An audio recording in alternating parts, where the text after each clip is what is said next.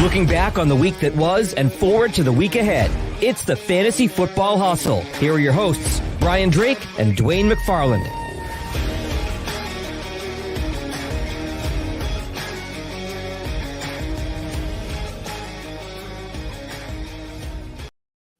All across the fantasy universe, we welcome you to a very special edition of the Fantasy Football Hustle, powered by Pro Football Focus. I'm your master of ceremonies tonight, Brian Drake, and of course, our analytical assassin, Dwain McFarland.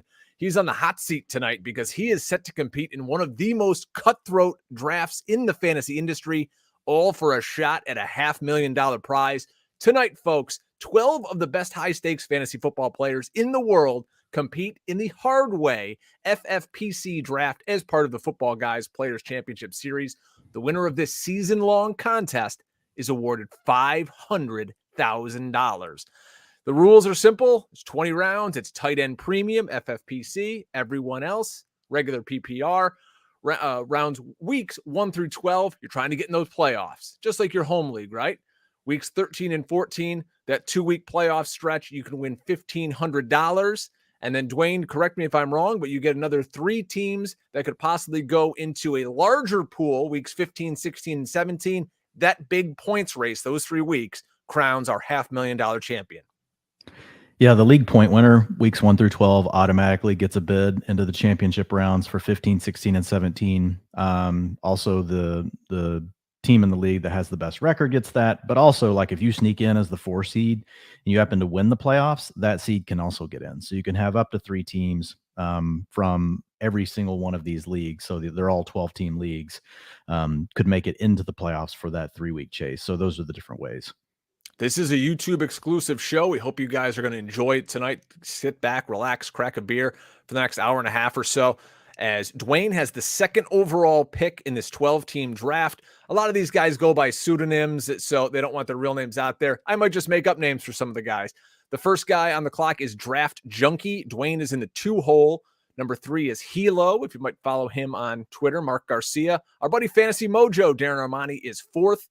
Todd from PA, Best Ball NFL, is 5th.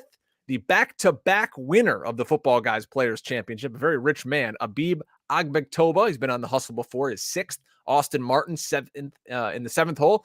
Dan Williamson, overhyped sleeper from our friends at the GOAT District, is 8th. 2 Packer is 9th. The OG Fantasy, another guy from the GOAT District, is at 10.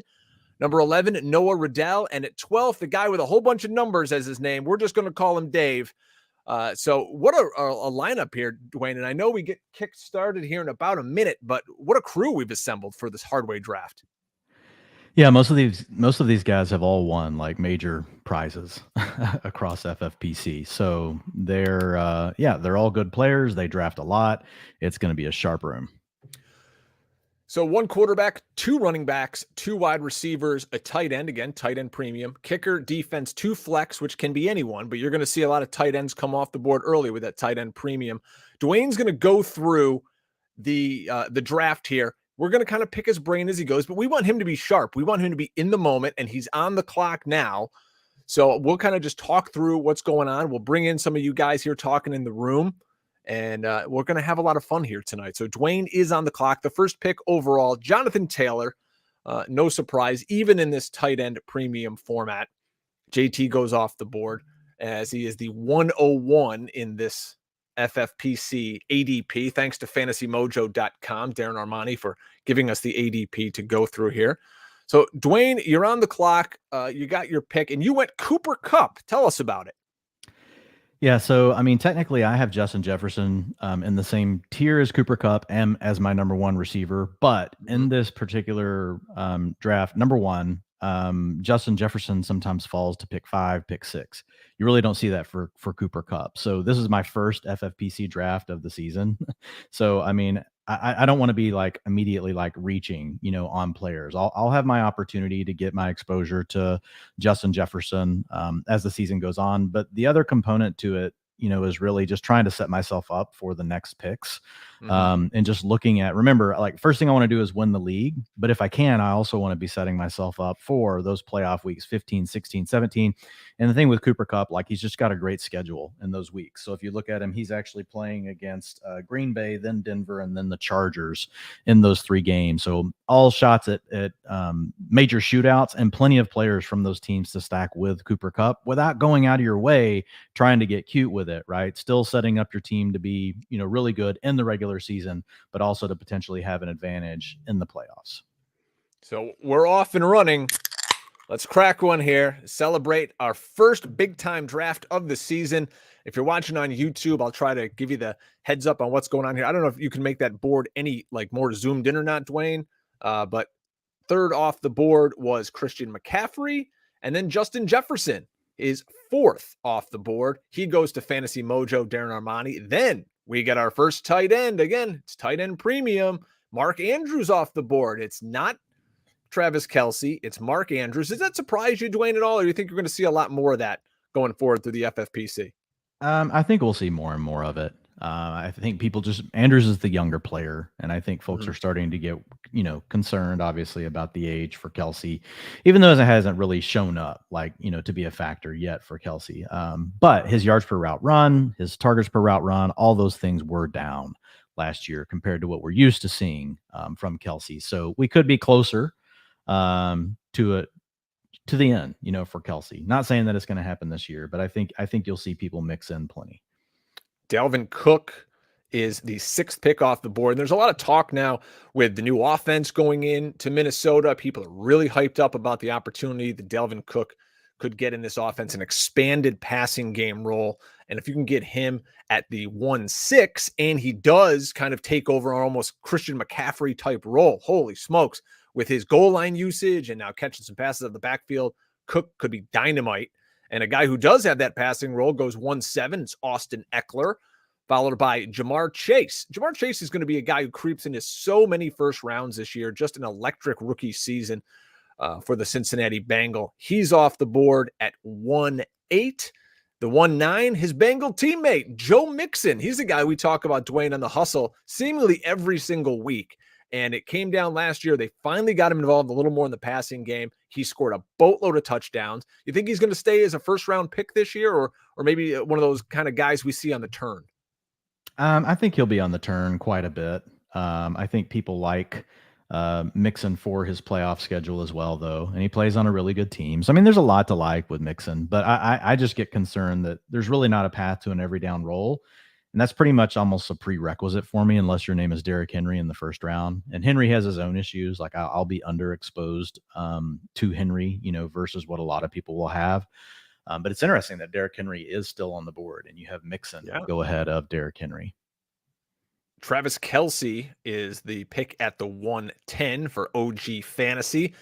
And Najee Harris, who's in the news because he's packed on a little bit of weight, and even guys in the chat room want to know, Dwayne, are you concerned about Najee Harris's weight going into the season? I'm not at all. This guy is going to get a boatload of touches. He's a battering ram. There's nobody else in the offense, so I'm not concerned about Najee Harris at all in terms of gaining 15 pounds. He's still got to go through camp. They'll work some of that off of him. It's too early to be worried about it, to be honest. Yeah. I don't see the reason to get myself all worked up this early on about something like that. Those are the kind of news cycles that hopefully, you buy into, right? Mm-hmm. If they depress the player's value for a week or two, you just buy. So Derrick Henry's still on the board.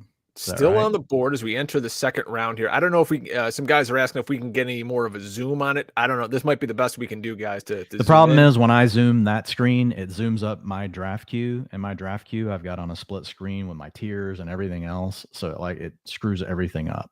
Yeah. So I'll see if I can. I'll do the best I can for you. I'm gonna get through this pick first. Yes. Yeah. So we're coming all the way back through into round 2. Again, Dwayne took Cooper Kupp to start this draft.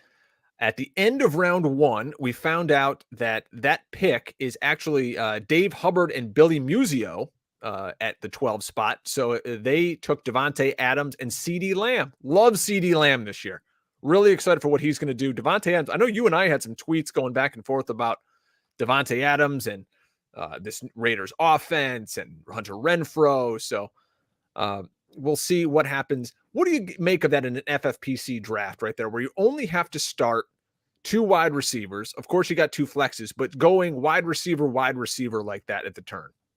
No, I think it's fine. I don't have any problem with it at all. I mean, and there's quite a few backs that, so I'm trying to figure out how I can make this work better for everybody. I'm working on the board right now. You kind of stretched it out. That looked good a second ago. Well, yeah. I don't know. I had it all the way across this top like that before. So the people go back a second. It, what you were doing before. It was a little better when you moved it, when you had it scrunched a little bit. Yeah, I like that. You can see it a little more clearly. Okay. If that's better, then I'll leave it there for a sec. But no, I don't mind going wide receiver down there on the turns this year. Now, the deals you were getting earlier in the offseason, like they're gone. Like you're no longer able to get, James Conner and Leonard Fournette, those guys, they're not available down there at the turn. So that definitely, those days are over. But beyond that, like there are still other backs that you can get to typically. Talking about backs you can get to. So DeAndre Swift goes at the 2-3. Saquon Barkley comes off the board. Saquon Barkley with an FFPC ADP of 20 goes off the board before Derrick Henry. That is shocking to me. I can't believe that went down. He went to player number 9 overall to Packer, who starts mixing Barkley. Yeah, and I think what folks like, with Saquon is he's got the receiving profile.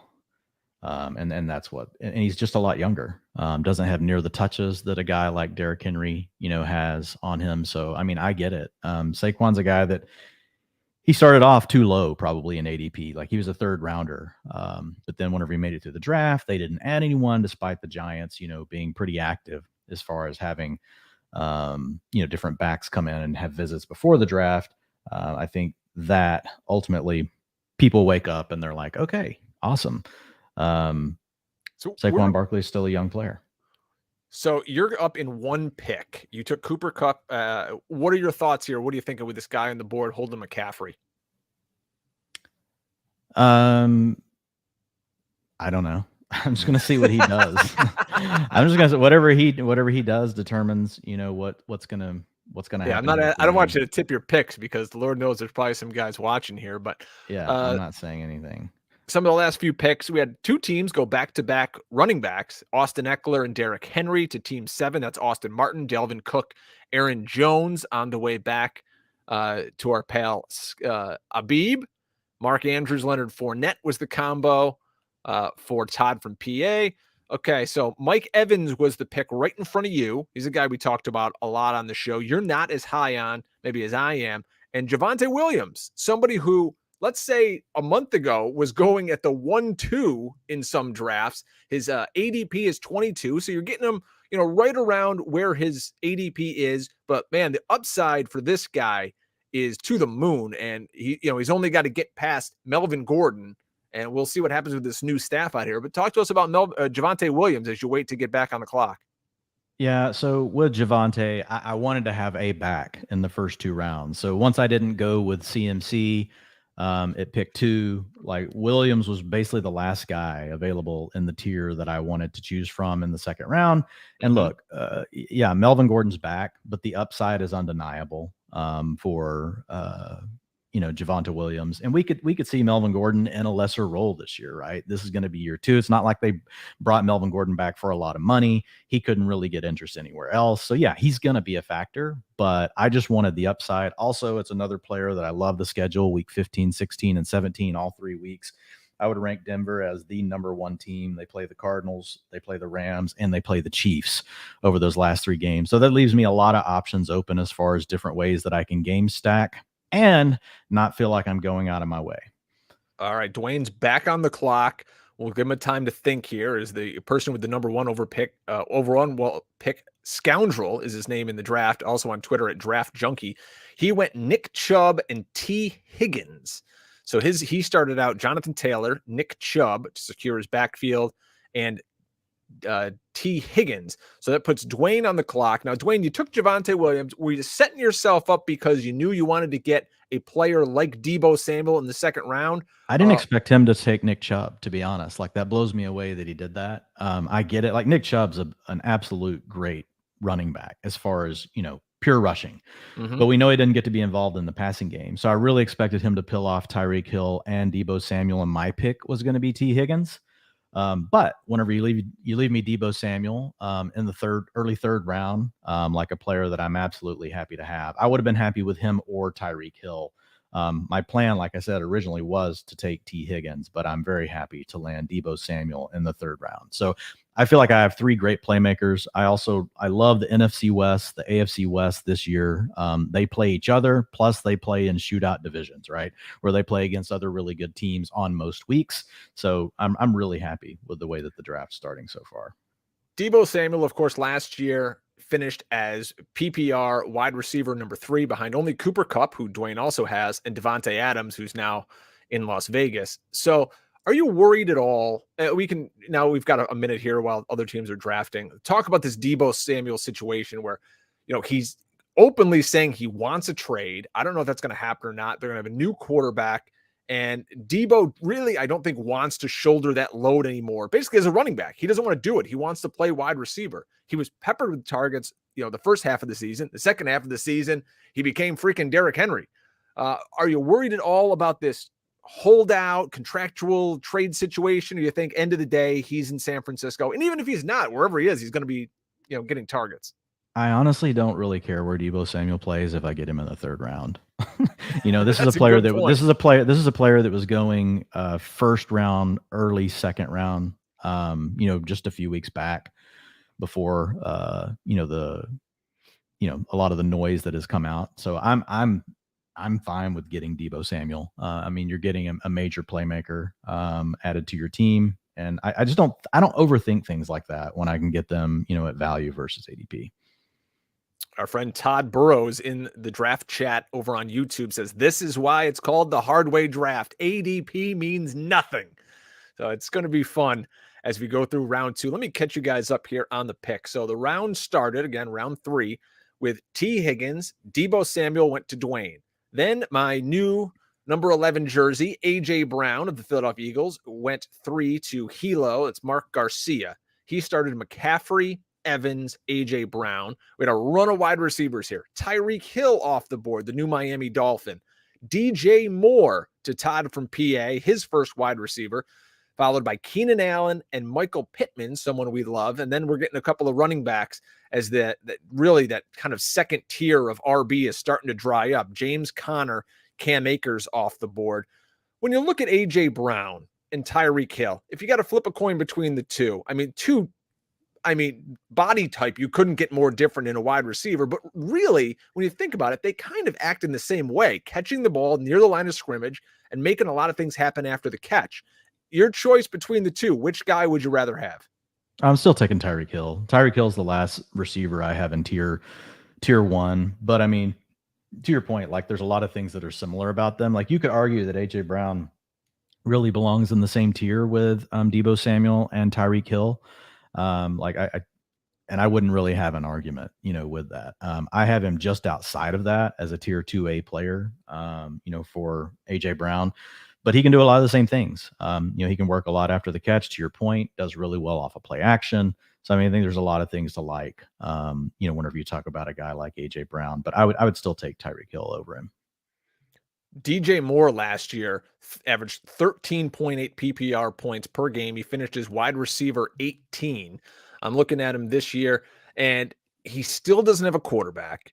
He's got, nice competition on the outside. If he has a healthy Christian McCaffrey, that could take some targets away from him also. It's like, man, oh man, are we ever going to get that wide receiver 1 season from DJ Moore? And if you want to learn more about how to, can a wide receiver 1 season be predicted?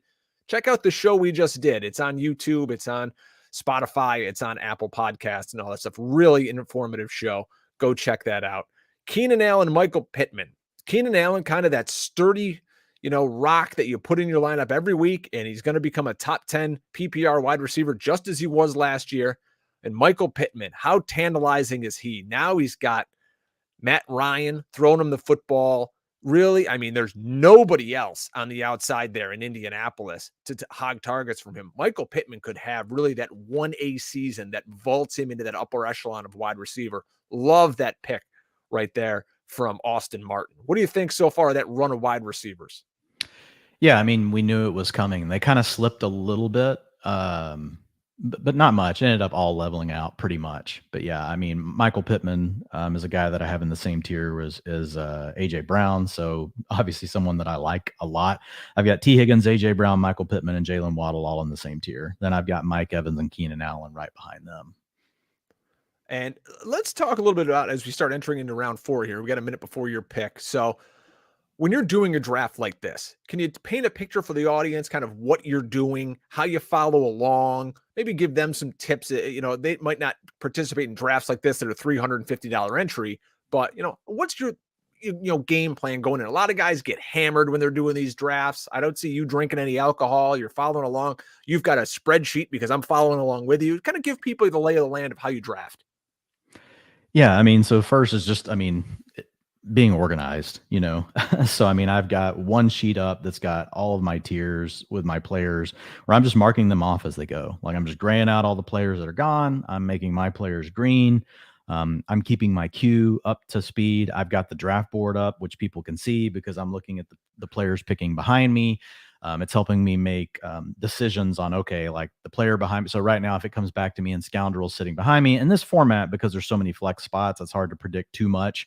But like if it was between running back and receiver at my next pick, I'll probably go ahead and take the receiver first, just knowing that he's already got 2 running backs, right? That may not necessarily save me, but just little things like that. The other thing that I've got set up as I'm taking my players, I'm looking at their schedule with other games that may correlate with them. Now, this is different than best ball because you actually have to choose to put these players into your lineup, Great point. For the points race. So you don't just take anything that could be a spike or a game correlation. It's better to build your correlations, honestly, earlier.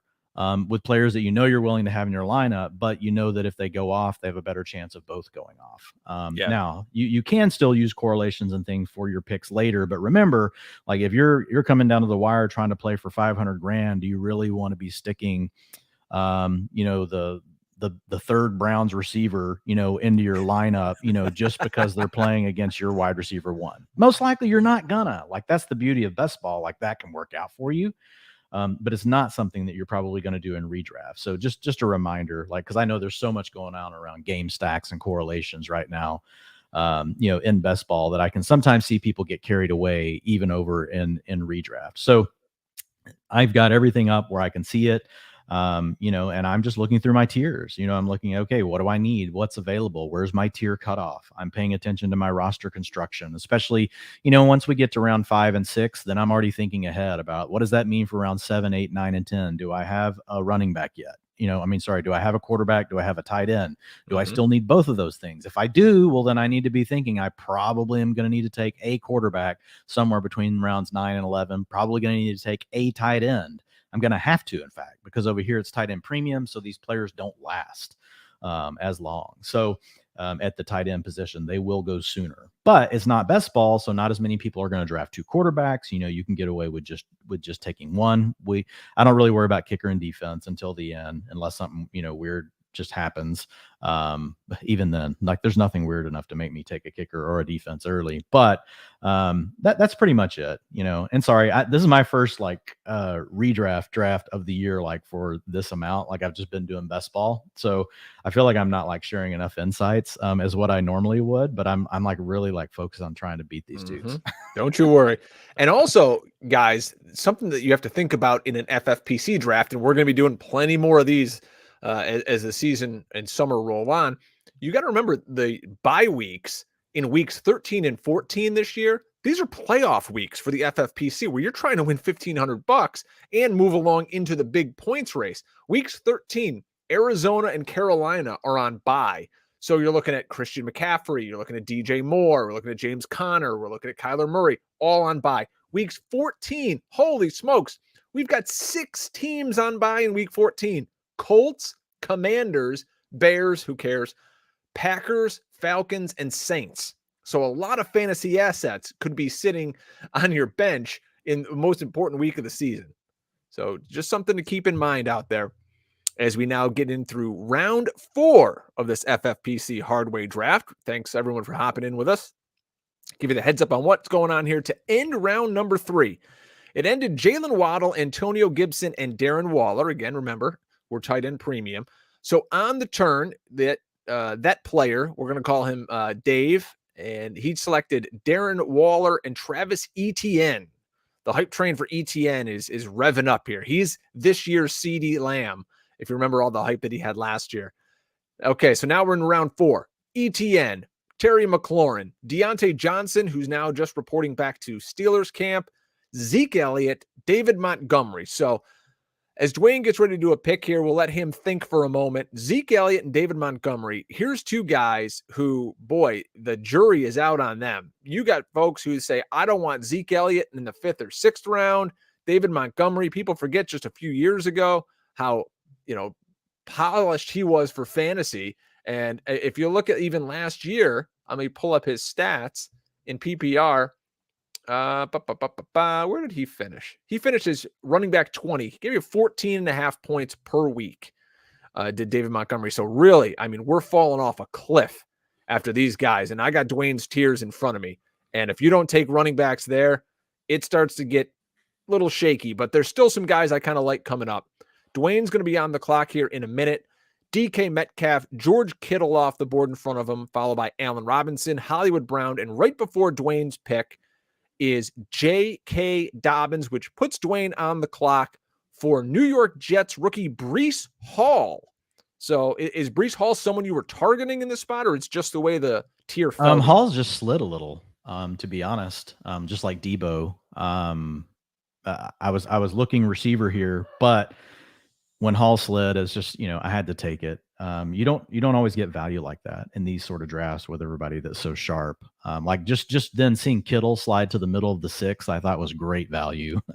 In a tight end premium league, George Kittle could still be the number 1 tight end in all of fantasy football. Like he's still that talented. Yards per route run, targets per route run, all those things are still there. So there are a few players, right, that have slid. Breece Hall, has normally been an early 2nd round pick.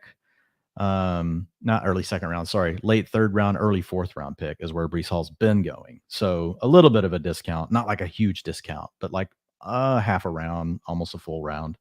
George Kittle goes about 5 or 6 picks after his FFPC ADP. If Kittle was there, would he have been your choice? Yeah, I wouldn't have been able to pass him. So now I'm going to go ahead and I'm going to take Mike Williams. So Mike Williams, again, so this is me just continuing to take players that I really like, but also stack the board in my favor for weeks 15, 16, and 17. So Mike Williams, I would say the Chargers have the 2nd best schedule over the last 3 weeks. They play the Packers, they play the Broncos. The Rams play the Packers, the Broncos, and the Chargers, but the Chargers play Tennessee. They also play Indy, and then they play the Rams. So now I've got in week 17, I've got the Rams with Cooper Kupp playing against Mike Williams. So a player that was in my tier, but also really fit. So Javonte Williams for Denver, Cooper Kupp for the Rams, and Mike Williams for the Chargers. Those are the 3 teams that I like there. If I had to pick 3 teams that I like their final 3 weeks all together, where there's not really a dud game in there, those are my 3 favorite teams. So I like where we're at, being able to build within the structure of the way my tiers are set up, but also still being able to use the schedule to try to differentiate for later in the season. The team at 1 overall, Scoundrel or Draft Junkie on Twitter, right before you took Mike Williams, he took Dalton Schultz. Schultz in your tiers is the next man up. Was there any thought of taking, if Dalton Schultz was there, being tight end premium, or is that in the 5th round too rich of a price to pay for Dalton Schultz with an ADP of 52? I don't mind Schultz, but I wasn't going that direction. I wanted the upside of Mike Williams. I like Dalton Schultz, but Mike Williams showed us over those first, 6 games last year what is potentially there. Keenan Allen will be over 30 years old when the season starts. His targets per route run, yards per route run are all deteriorating. We got a young quarterback with Justin Herbert. I love the schedule. Mike Williams or Cortland Sutton were my 2 targets, and Dalton Schultz wasn't a thought for me yet. And I do like him. I just didn't want him on this particular build. Question in the chat room about Cortland Sutton going before Jerry Jeudy. Is that something you would do in a draft? I have him in the same tier. Actually, I've got Sutton one spot behind Jeudy. I got him sandwiched between. I've got Jeudy, then Chris Godwin, then Sutton. But I have toyed with moving Sutton over Jeudy, and the reason why is I just think, looking at it, like, I think there's a chance that Jeudy is rotating on and off the field, because if he's playing slot, KJ Hamler also plays slot. You got Tim Patrick playing outside. You got Cortland Sutton playing outside. I think there's a chance that Cortland Sutton's out there for 95% of the time Russell Wilson's passing, and we could have Jerry Jeudy out there 75%. So I am toying with actually moving Cortland Sutton above Jeudy. Probably will still keep him in the same tier though. And man, the guy, the pick in the middle, which is Abib, getting Kittle at the middle of the fourth was value. Getting Josh Allen in the middle of the fifth was also value, which isn't always easy to do in these sort of drafts. Yeah, Josh Allen coming off the board nearly a full round after his ADP. Josh Allen, of course, last year, QB1. In these kind of drafts, and obviously you do them much, much more than I do, what's the thought process behind the quarterback? Is it kind of QB chicken with a lot of guys? Will they just wait until the end? You only have to start one. It's not a super flex. So you can kind of just get your guy maybe in the 10th, 11th, 12th round. I mean, every year is different. I do think that can happen in these. This is more of a high stakes with other people that are proven winners, not just fantasy analysts. So I think it's less likely that you just see the quarterback slide for forever, because I think the way these guys draft is going to be a little bit different. But like for me, it's just about the playmakers. You've got Josh Allen, you got Kyler Murray, you got Lamar Jackson. I never want to be the first one off the board, even when it's Josh Allen. It is value in the fifth round, but it's pushing all of them down. And we'll see if a run happens right here.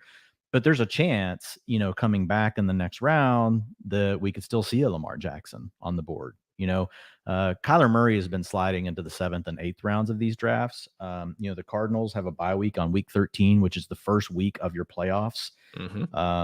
So that's also playing a little bit of a factor with Kyler. But there's plenty of other quarterbacks that I still, really like. No question. TJ Hawkinson goes right off the board after Josh Allen. So we have two tight ends here in round 5. Brandon Cooks, man, there might not be a guy I love more this year besides Mike Pittman than Brandon Cooks. Just, man, you're getting production every single year. And this guy comes through and gives you a top 20 performance. To get him mid to late 5th round is just fantastic. So nice job there by Team 8. That's Dan Williamson. They're broadcasting their own show over at the GOAT District. Dwayne's been a guest there once or twice. Jerry Jeudy follows him. And then Rashad Bateman. We talked about Bateman on our last show about wide receiver breakouts. And I remember saying the word, was like, my God, if it can't happen now, like it's never going to happen. The only target competition you have is a tight end. You were the alpha wide receiver. Everyone else around you is a total scrub. So in this type of format, though, where you're playing for $500,000, it's his wide receiver 3 at this point. Would you take a shot on Rashad Bateman? Yeah, I love Bateman. He's creeping up boards. So I mean, it's a little sooner than what we normally see Rashad Bateman go, but I mean, it's within range. And if it's the guy that you want, it's the time, to pull the trigger on him. So look, there's no doubt that Bateman has upside. He barely squeezed into a tier that, as former first round picks with at least a PFF receiving grade of between 65 and 74.9 of the guys that were first round picks, 9 out of 10 of those guys went on to have a top 24 wide receiver finish in either year 2 or year 3 after their rookie season. So that bodes really well for Bateman. And I mean, he's a name that's just, I don't know that he'll continue climbing much more, but I mean, he's a really hot name right now in fantasy circles since Marquise Brown has moved on. Right after Rashad Bateman, one pick before the end of round 5 is Chris Godwin. He's a guy that you see him on the board, you go, oh, Chris Godwin, he's great. Let's click the button and get him on my team. Chris Godwin, guys, you got to remember, tore his ACL in week 15 against the Saints. And 2 weeks ago, his head coach, Todd Bowles, was quoted as saying, Godwin is in a better place than he was, but not where he needs to be in regards to his ACL recovery. There's a real shot Chris Godwin gets put on the PUP list and misses the first 6 weeks of the NFL season. If that is the case, I can't take him in the 5th round of any draft. Yeah, and I mean, we'll have to see. I mean, it's again, it's too early right now for that kind of, to be too worried about that news on Godwin. But yeah, it is hanging around in the back of your head. And the thing is, no matter what, that he's going to start kind of slow. So even if he's ready for week 1, but yeah, if we end up hearing that he's going to be on the pup for 6 weeks, like he shouldn't be going until, the 7th round. You could maybe make an argument late 6th. But yeah, he's going about a round and a half to 2 rounds early if he is going to end up on the pup. I mean, that's half of your regular fantasy season for a lot of leagues. Yeah, I get scared off by guys like that. I know there's so many leagues out there, the Michael Thomases of the years past, like, oh, I'm going to stash him on my bench. I'm going to have this stud for the playoffs. And it's like, yeah. And then by the time he comes back and they ease him in and he's got to find a role. And it's like, all of a sudden, 10 weeks go by and you got nothing out of the guy. So look at this run on wide receivers here. We've just had 5, 6, 7 wide receivers in a row to this point. We talked about Godwin. Gabe Davis and Elijah Moore went at the turn to our pair of guys there, Dave and his partner, whose name eludes me at this point, Billy Musio. That's right, Billy. That's Billy. I follow him on Twitter. He's doing some work in the fantasy industry. And then Amon-Ra St. Brown. I don't know, Dwayne, if there's a more polarizing player on Twitter for fantasy football right now than Amon-Ra St. Brown. People love to hate this guy and just think he is never going to put these numbers up again. He was a total flash in the pan. Remember, this guy was like a 4 or 5 star recruit at USC. He was a stud. It's not like they drafted him in the 7th round, people. Like, he's a really good player. I don't know. Maybe it's because he's got a different name than most people, but like, why all the hate on St. Brown? Well, people just see that they had a Jamison Williams and he broke out whenever Hawkinson was hurt and DeAndre Swift was hurt. But, we've talked about him multiple times. To me, there are players that get that opportunity all the time in the league that never come through. They get a chance to be the lead back or the lead receiver on their team because there's no one else left. And guess what? Most of them still can't demand the type of targets that Amon-Ra St. Brown saw down the stretch. So, yeah, I think people I don't know if they're necessarily snoozing. I think ADP feels pretty solid on where he's at, just given the fact that it is the Lions. But yeah, I'm down for as much Amon-Ra St. Brown as I can get my hands on whenever he's at the right price.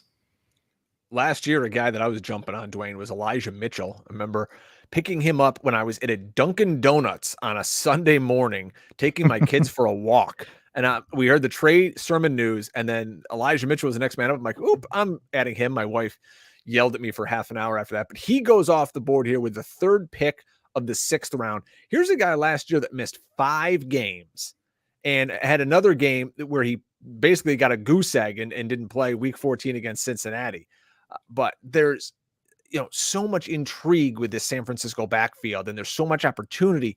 But you just wonder, can this guy stay on the damn field? Because if he does, you're looking at a really nice RB1, somebody who can get you. Look at some of the weeks he had last week, 22, 19, 16, 15. That's great. But then, he's not doing much in the passing game. He's getting you 5, 6 points. So really kind of a polarizing guy, Elijah Mitchell. What are your thoughts on him for 2022?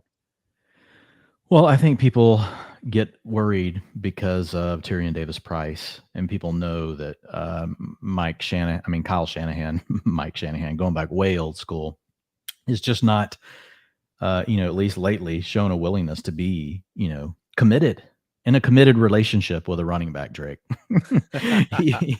he just doesn't. And so I think that weighs heavy on people's minds. And I think that's why Elijah Mitchell's falling to the 6th round, is because Tyrion Davis-Price and the fact that we've seen Shanahan flip-flop so much in the way that he thinks about his backfield. Dwayne's going to be coming up here in a few picks. These guys are trying to force me to take Juju Smith-Schuster, a guy that I just don't ever touch. Yeah. So Dwayne's up in one more pick, and I've been told it's high-low, not helo.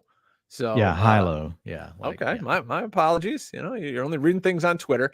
So there's a couple of interesting running backs going in this round before Dwayne is up. AJ Dillon in a committee in Green Bay, he of the massive thighs, and then Clyde Edwards-Helaire, who I guess we just found out had his gallbladder removed last season, and nobody on the KC beat told us about it. So there's not a whole lot of competition for CEH in that backfield. So maybe this is the year he comes through. We'll find out. And then Michael Thomas, the guy that just never seems to want to get on the field, goes off the board to our pal Pod from PA. Dallas Goedert being tight end premium. The rookie Drake London goes one pick before Dwain. So now Mr. McFarland is on the clock, ready to make his selection in round 6. I'll let Dwain ponder. He's looking through his. It's Traylon Burks. I've already picked, but. Oh, okay. I like the suspense. So two back-to-back rookies here. We got Drake London, Traylon Burks. A lot of people are going to be trying to decide between those two guys because there's major upside, and there's a ton of targets to be had in those two offenses, Atlanta and Tennessee. Yeah, so Traylon Burks is just a player that, like, when you look at my tiers, you got him up, Drake. Like, he was the next guy in the wide receiver tier. With Bateman gone, I have Traylon Burks in the same tier. I love Tennessee playing against the Chargers in week 1, and I've got Mike of the point race, and I've got Mike Williams, to go against him there. I mean, if you also look at Tennessee, they get Dallas in week 17. So couple of games that a couple games that I'm excited, to have players be a part of. And again, staying within the structure of my tiers. That was the main lesson. Like, mainly I just wanted to do good drafting tonight because I'm like knocking off like the rust of a redraft. But I spent like 90 minutes really getting myself like in the right headspace for the draft. But one of the main things I wanted to really make sure I was doing a good job of was building for the playoffs, but at the same time, building this really good roster, just overall, and not reaching for stacks and things like that, but playing within the structure of my tiers, but still trying to maximize value. So there goes Patrick Mahomes off the board. So now it really comes down to, oh man. So I could take Herbert here. I could stack him with Williams, Drake. I could take Lamar Jackson. I love Kyler Murray. I'm just looking down the board at the rest of, the other option is if I want Juju Smith-Schuster exposure, like now could be the time. I'm going to go ahead and, man, I'm so torn. I'm taking Lamar Jackson though, just because I know I have Mike Williams, but again, I'm looking for the player like that can just break everything open. And so now I've got huge playmakers and Deebo Samuel, Cooper Kupp, Javonte Williams fits in that category. I now add Lamar Jackson. I was aggressive with Traylon Burks, Mike Williams, Breece Hall. Like, I really like the way the roster is shaping out. I've got 4 receivers, 2 running backs, and I've got my quarterback taken care of. So now I still have to get a tight end, and I still want depth at running back and receiver. So this really frees me up though by going ahead and getting Lamar Jackson here. And him being the playmaker that I really wanted, it just frees me up going through 8, 9, 10, 11 in those rounds. I can pretty much do anything I want. I've just got to make sure I at least come away with a tight end that I feel comfortable starting. Looking at your tiers, and in your 1A tier behind Josh Allen, you have Kyler Murray. Was there a thought, because in this format, Kyler has a bye week, we say, I want to pass on him? I know we talked about Herbert and the possible. It's a tiebreaker.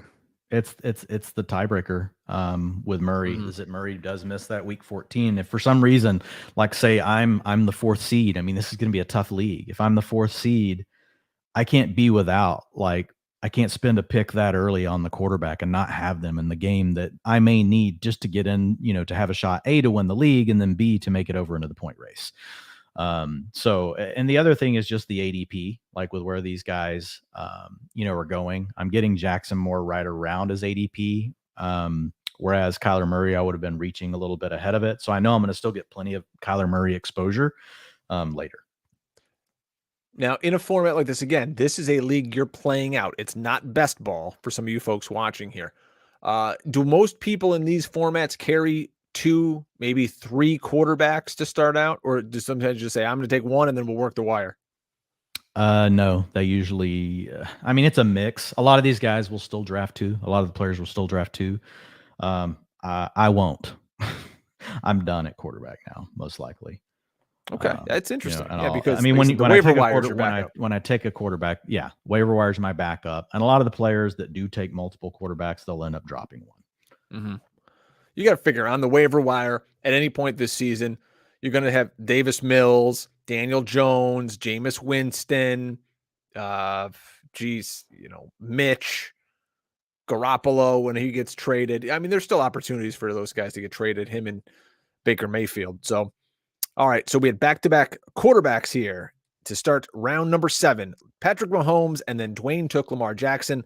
Let's reorganize things. Let's look at Dwain's team. Cooper Kupp started things off, followed by Javonte Williams, Deebo Samuel, Breece Hall of the Jets, Mike Williams, Treylon Burks, another rookie right there, and Lamar Jackson. Do you worry at all about having exposure to too many rookies in a league like this, or does it not even cross your mind? You're looking for talent.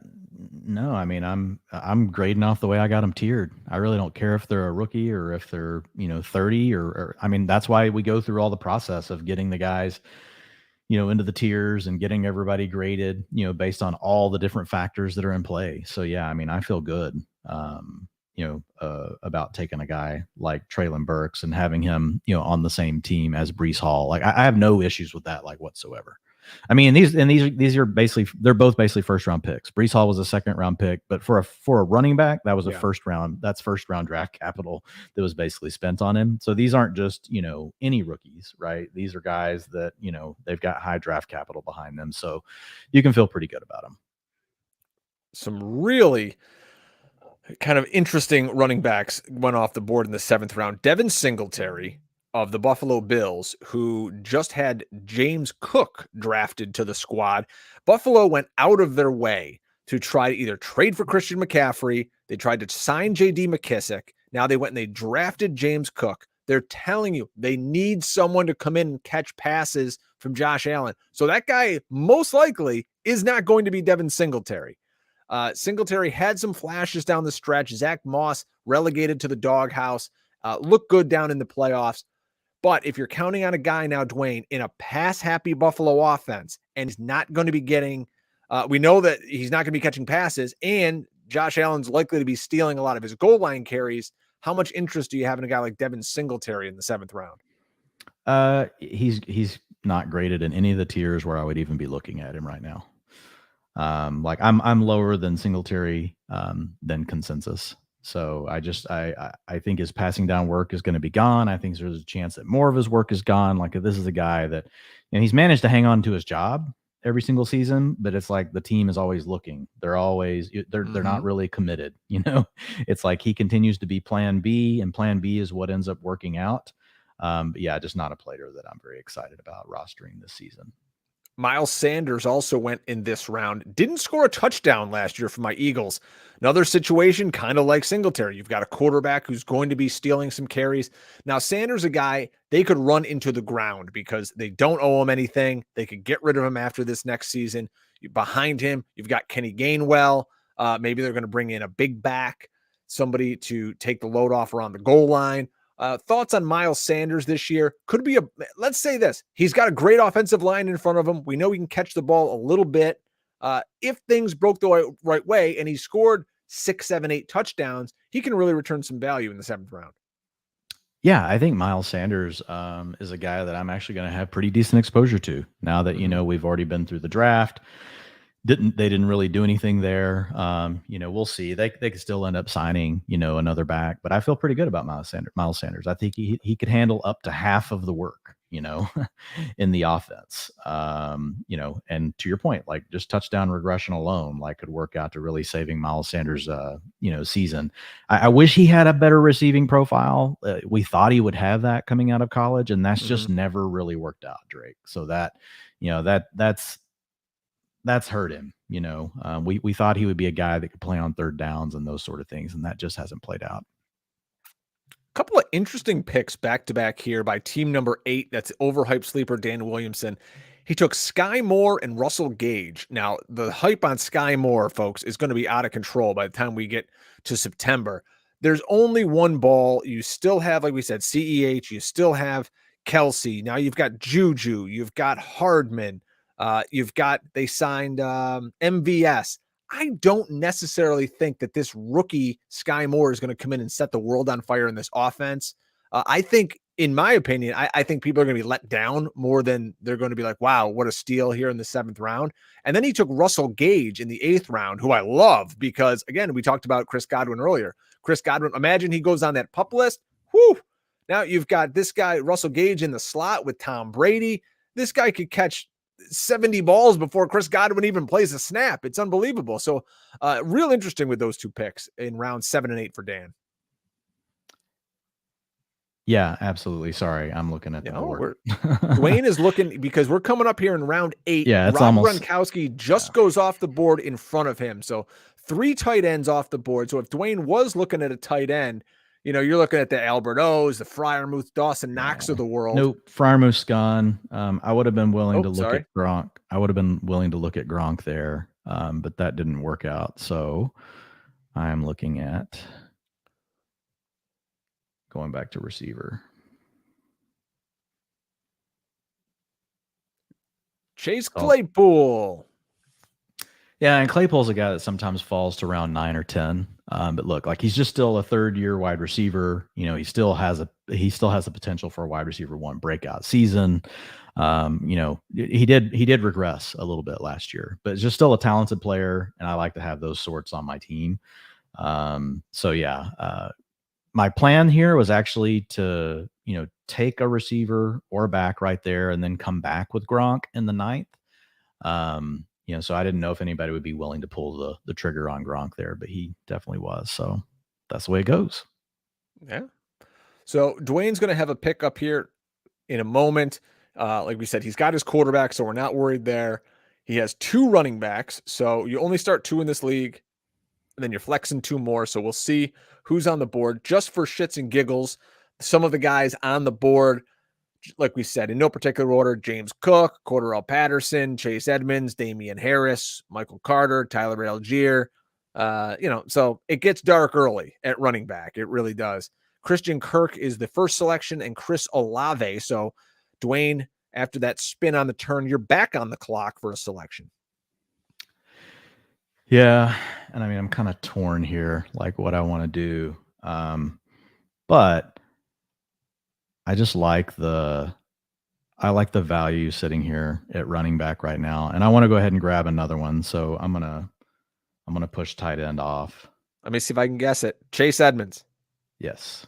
Hey, that would have been my pick. I thought you were going to take Chase Edmonds, to be honest, in the 8th round before you took Claypool. I was just looking at the player behind me. He already had 3 runners, 3 receivers, has his tight end and his quarterback. I felt like he was going receiver with at least. Sorry, he only had 2 receivers coming into his pick. I felt like he was either at least taking 1 receiver and the other pick was up in the air, or he was going receiver. That's why I went ahead and took Claypool. Claypool's a guy we talked about on the show last week about can we predict wide receiver breakouts. And if you look at his targets, I mean, Jesus, if the guy could bring in half of his, he's only bringing in half of his targets now. If he could bump that catch rate up a little bit, my God, the guy could be setting the world on fire. So Claypool is Dwayne's pick in the 8th. Chase Edmonds in the 9th. Chase Edmonds, let's say this at least. He's on a team that's going to have to throw the ball a bunch, we would imagine. He's going to catch passes. We know that's valuable in a full point PPR. And if he gets some work around the goal line, hey, it's a bonus. Alexander Madison is the pick by high-low right after you. Now, he does not own Dalvin Cook. Maybe he's thinking there's a Dalvin Cook suspension looming. But the Vikings also went out and drafted another guy a year ago who they really like. Interesting selection. I'd like to have his comment on why he went Madison there versus, we'll say James Cook or, Melvin Gordon, Ronald Jones. Just interesting. And then follow that up with a couple of back-to-back quarterbacks, Jalen Hurts and Russell Wilson. So an interesting. It's a huge upside pick. if Dalvin Cook goes down, we've seen what Alexander Mattison does. He's a top 6 back. And so that's really his swing. Look at, the way he's built out his team. He's got McCaffrey. He took a young back in Dobbins, but he's basically just been stacking the receivers, grabbed Gronk.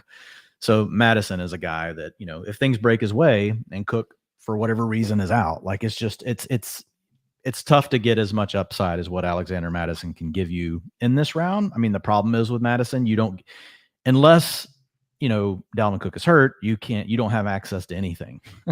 You can't even play him, for any reason in your lineup. Whereas Tony Pollard, who goes earlier, but a guy like Pollard, you can, you can still get, potentially you can use him as a flex if you need to. Not that you want to be starting Pollard. With Madison, there's no way you can start him unless Dalvin Cook's hurt. Yeah, I know that, Kene Nguanu, they like him. You got Ty Chandler there. So, hey, we'll see. We'll see how that plays out. Would you have gone? I mean, he didn't even have a quarterback yet. So he passed up, a Wilson, a Hurts. There's a lot of quarterbacks left, though. There's just so many guys left. I think it's just, and these guys are going to be, they're willing to wait, at quarterback. Just looking at it, Hurts, Russell Wilson, Burrow go off the board, but you still got Brady sitting there. You still got Dak. You still got Stafford. You still got the young guys and Lance and Fields. Derek Carr is moving up boards. So there's just a lot of guys left. No question about it. In this round, Allen Lazard, Garrett Wilson, Tyler Boyd, Jamison Williams. So you're reaching for guys now. Now you're finding your third, fourth, fifth wide receiver for some of these teams. And you're hunting for upside. Allen Lazard, could he be the wide receiver 1 for the Green Bay Packers? That's a great possibility. Could he end up being their third option? And he's kind of unplayable halfway through the season. There's a chance that happens too, but I see why team number 6, Abib, went with Allen Lazard. Garrett Wilson, a young guy out of Ohio State that is going to be going to a very crowded Jets team. I'm nervous there. There's only one ball to go around. It seems like everything just points to a great season for Zach Wilson. I don't see any of these guys on the outside necessarily breaking out. There's just so many freaking receivers, Dwayne. I know, but it's 9th round and you're getting a first round talent. You're getting a first round NFL draft pick taken inside the top 10 selections. When you get down to these levels, just keep swinging on the talent. It doesn't really matter. I want Garrett Wilson over Allen Lazard all day, every day. I'll take Tyler Boyd over Allen Lazard. I'll take Jamison Williams. It's a little early because he's coming off injury, but Lazard is just a player that's never shown us anything, never has broken out from yards per route run, never from targets per route run, all the things that we talked about. And can you identify breakout receivers? Allen Lazard hasn't checked any of those boxes. So to me, he's getting pushed too far up the board just off the fact that people think he's going to be, and he could, just because we haven't really seen players like that break out in the past doesn't mean that there's no chance, right, that Allen Lazard breaks out. It's in his range of outcomes for sure. But just not a player I'm that hyped about. I'd much rather take some of the younger guys like Olave, Wilson. I'd rather have Russell Gage, Chase Claypool, Tyler Boyd. To me, Lazard is more of a round 11 pick, down where MVS and some of these other guys go. Interesting pick here, the penultimate pick of round 9 from Noah Riddell, and it's Dameon Pierce, running back out of Florida, a kid who at 5'11", 205 is going to a Houston Texans team that really is kind of just devoid of talent. You're looking at the Rex Burkheads. They had David Johnson running the ball there for a while. So, this is a team that could be behind a lot. If he can come out and catch the football, maybe he carves out a nice role and becomes an every week starting running back for the Houston Texans. And he snags him here in round 11. I think that, or round 9, excuse me. I think that's a guy a lot of redraft players aren't really going to know much about. And in redraft leagues, you're going to see him going rounds 13 and 14. Who are you on? Sorry, I was Talking about Damian Pierce. Yeah, for sure. I thought that the way your narrative was going, I thought that's who you were talking about. But yeah, for sure. In your normal home leagues, Damian Pierce is a guy that a lot of people are not going to know about. But he's going to be going around 9, 10, in drafts like this. It's just a wide open backfield in Houston. It's not like it's a really good team. Nobody's really excited about what the Texans are going to do. But when you look at Rex Burkhead, you look at Marlon Mack. You look at the guys that are there, and it's like, okay, if I had to put a chip on one of them, like just put it on the young guy, right? And see if he can just take over things. Like you can see how aggressive people are getting now, like Rashad White coming off the board, which, he goes round 10, round 11. But you can see people kind of have the guys that they really want to get, onto their teams. James Cook also went this round, which that's about where he goes. So I thought about James Cook with the last pick, but I went ahead and went with Chase Edmonds. To be honest, looking at some of these running backs coming off the board here, Dwayne, it makes me love the Chase Edmonds pick even more. Chase Edmonds, let's call it what it is. He's at least a starting caliber NFL player. He's not a backup. And I know some of these guys you're shooting for upside with Rashad White. Maybe he gets the passing down role, but Leonard Fournette's probably got to get hurt for that to happen. Same thing, with Madison. I'm definitely glad that I took it back because since then, Madison, Pierce, Gordon, Cook, Damian Harris, and Rashad White have all come off the board. So I felt the need to take a receiver and a back, and I feel strong about the decision that I made so far. There are folks in the chat already hyping up different tight ends that Dwayne could possibly take. Dwayne is the only player on the board right now without a tight end is our loving co-host Dwain McFarland. So I don't know if he's going to take one here, but there are still guys looking at your queue. I'd be fine in a tight end premium league having as my number one tight end. We'll see if Dwayne pulls the trigger on one of those as we come up to him. Kenny Golladay goes off the board. If Kenny Golladay can stay healthy in this Giants offense, there's no reason that Kenny Golladay can't catch 75 balls and 7-8 touchdowns. That's just kind of who he was, but he's got to stay healthy. So I like the upside possibility of Kenny Golladay. Dwayne's back on the clock because Ronald Jones and his new teammate Tom Brady just go in front of him. We'll see if Dwayne pulls the trigger on tight end, and he does. Denver Broncos tight end Albert Obuikunum. Maybe I said that backwards. Okuibunum. Yeah. Either way, break down your pick, sir. Okwebunam. Well, look, Albert O is just a guy that his underlying data points over the last 2 seasons scream Mark Edwards, Travis Kelce, George Kittle, his yards per route run, his targets per route run, his yards after the catch, his explosive play rate. He's just never been the starter. He's been a 30% guy on routes. Now he's going to be a 70 to 80% right guy. Maybe Greg Dulcich steals a few routes from him and keeps him around 70%. But either way, he's going to already almost be triple the number of routes that he's used to seeing. And he has Russell Wilson at quarterback. So for me, it's pretty easy. Like when I miss on those other guys, like he's the guy I'm banking on. And he's a guy that I want a lot of exposure to this season. Christian right, so Watson, back to me, and you're back on the board. Watson and Hines go on the turn in front of you. So what are your thoughts here? How are you building this roster? Hang on, I'm thinking. So looking at some of the guys on the board, Tyler Algier, there's other, the Gesicki's, Irv Smiths of the world. If you want another tight end, Gallup, Jahan Dotson, Jacoby Myers. Excuse me. Let's see here. What do I want to do?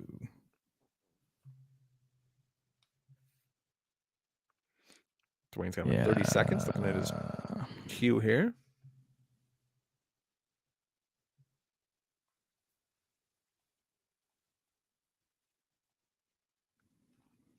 And he takes Irv Smith, the tight end I thought you were going to take the first time. Because there is not a guy out there who's been talking up a tight end, Irv Smith, more than Dwain McFarland in the last few years. The big tight end out of Alabama.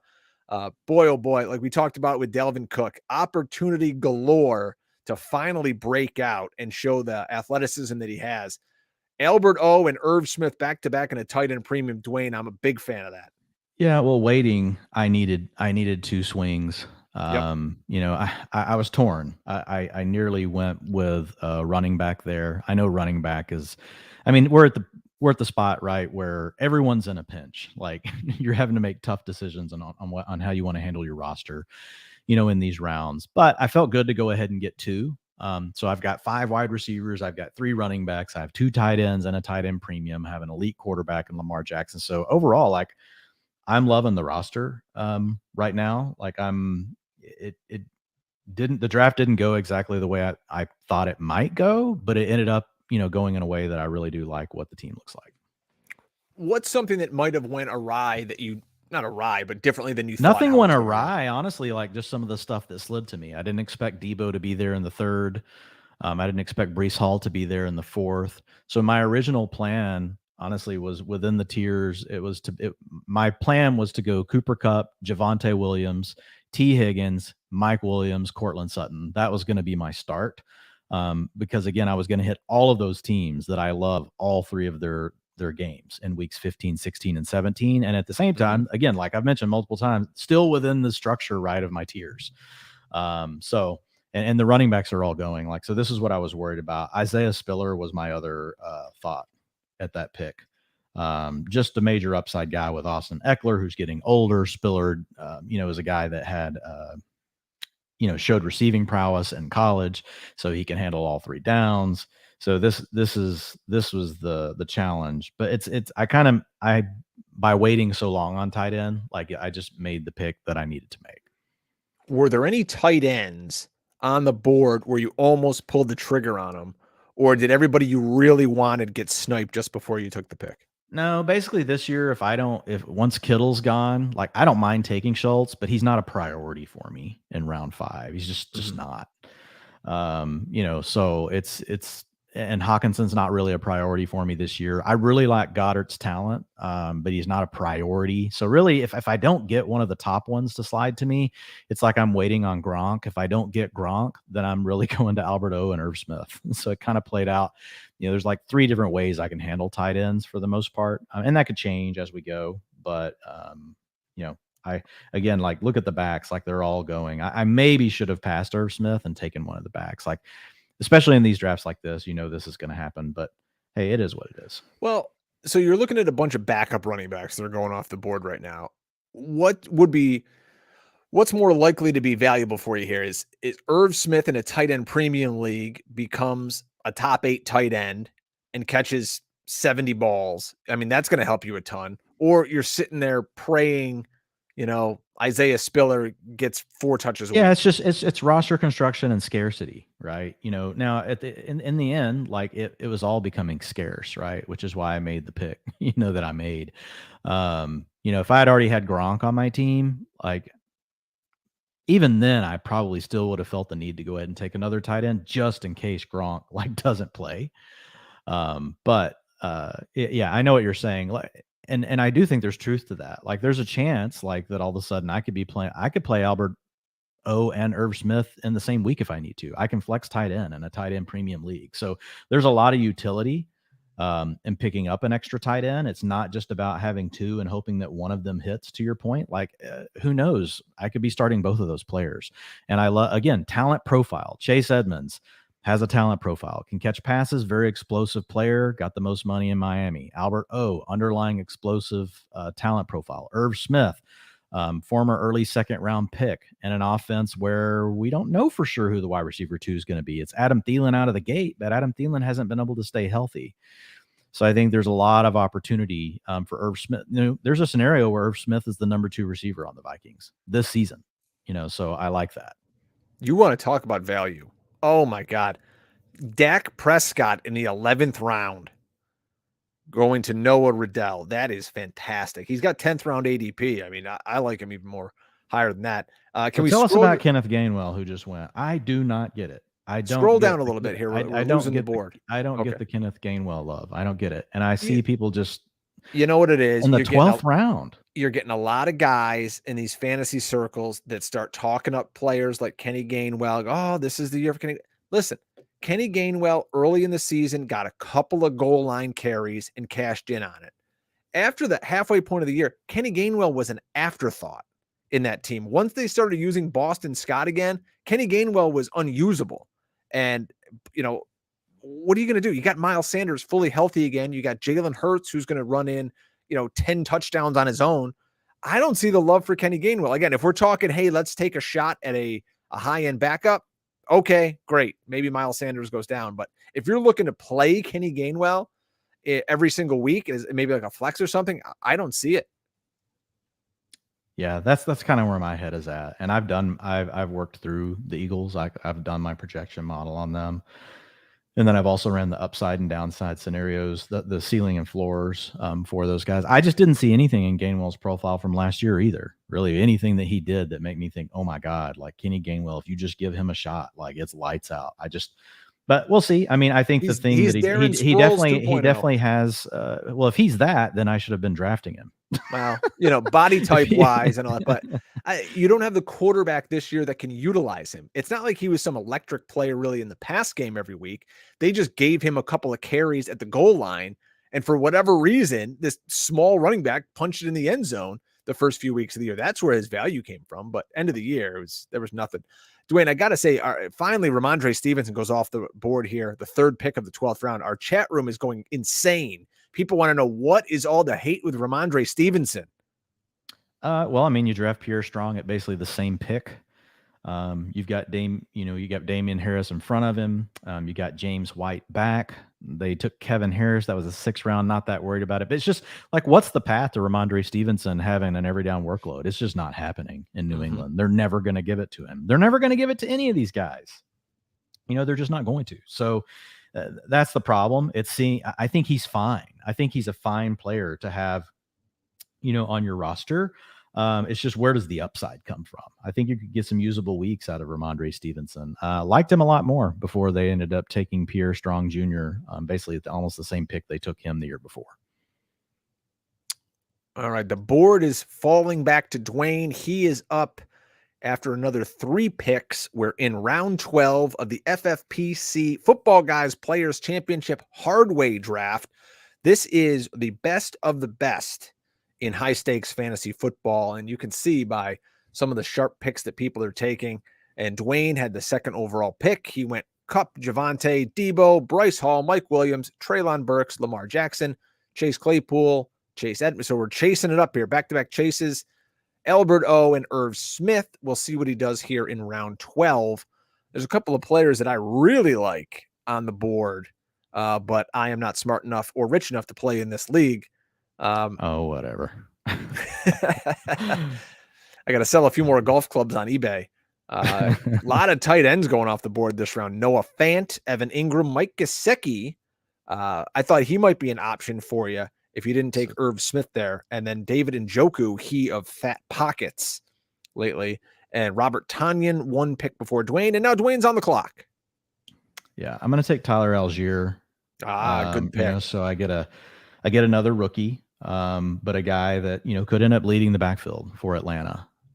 So I'm happy to get him after my pick: Darrell Williams, Michael Carter, Isaiah Spiller, Darrell Henderson, Tyrion Davis-Price, Khalil Herbert, Kenneth Gainwell, and Ramondre Stevenson all went off the board. And so to have Tyler Algier fall back, and who knows, Algier could be a guy that come training camp, he just gets cut. That's the risk of doing these sort of drafts this early. But right now I'm looking at a wide open depth chart where they could need Cordarrelle Patterson to play more receiver, and I needed a running back. So he just made sense for me at the pick. You know what I love is that also, like, in the draft chat are guys who are actually in the draft, which is fantastic. Todd from PA is actually in the chat room talking about picks that he's made and things like that. So we appreciate you being in here, Todd. We can go over his draft momentarily. It's going to be back up to you in a second as Jarvis Landry goes off the board. Landry, super productive guy, when healthy. That's always an issue with him, but a guy who can put up top 15 numbers, no question about it.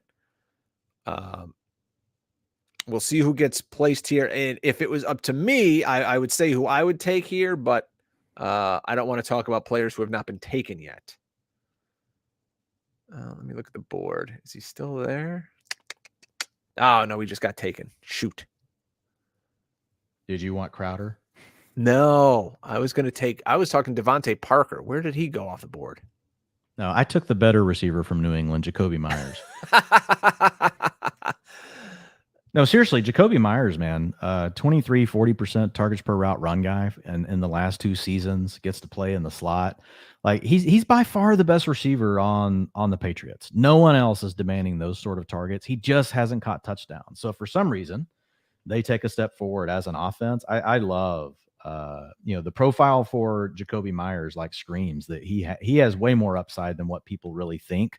And part of it, he just gets weighed down overall by the fact that nobody's excited about really any of the players on the Patriots, right? If I had to name one player, you said, Dwayne, one player from the Patriots, you have to pick one that actually really does have breakout potential. It's easily Jacoby Myers, and it's not even close. Before we went on the air a week ago, you and I were talking, and I said Mac Jones to me is 2022 Joe Burrow.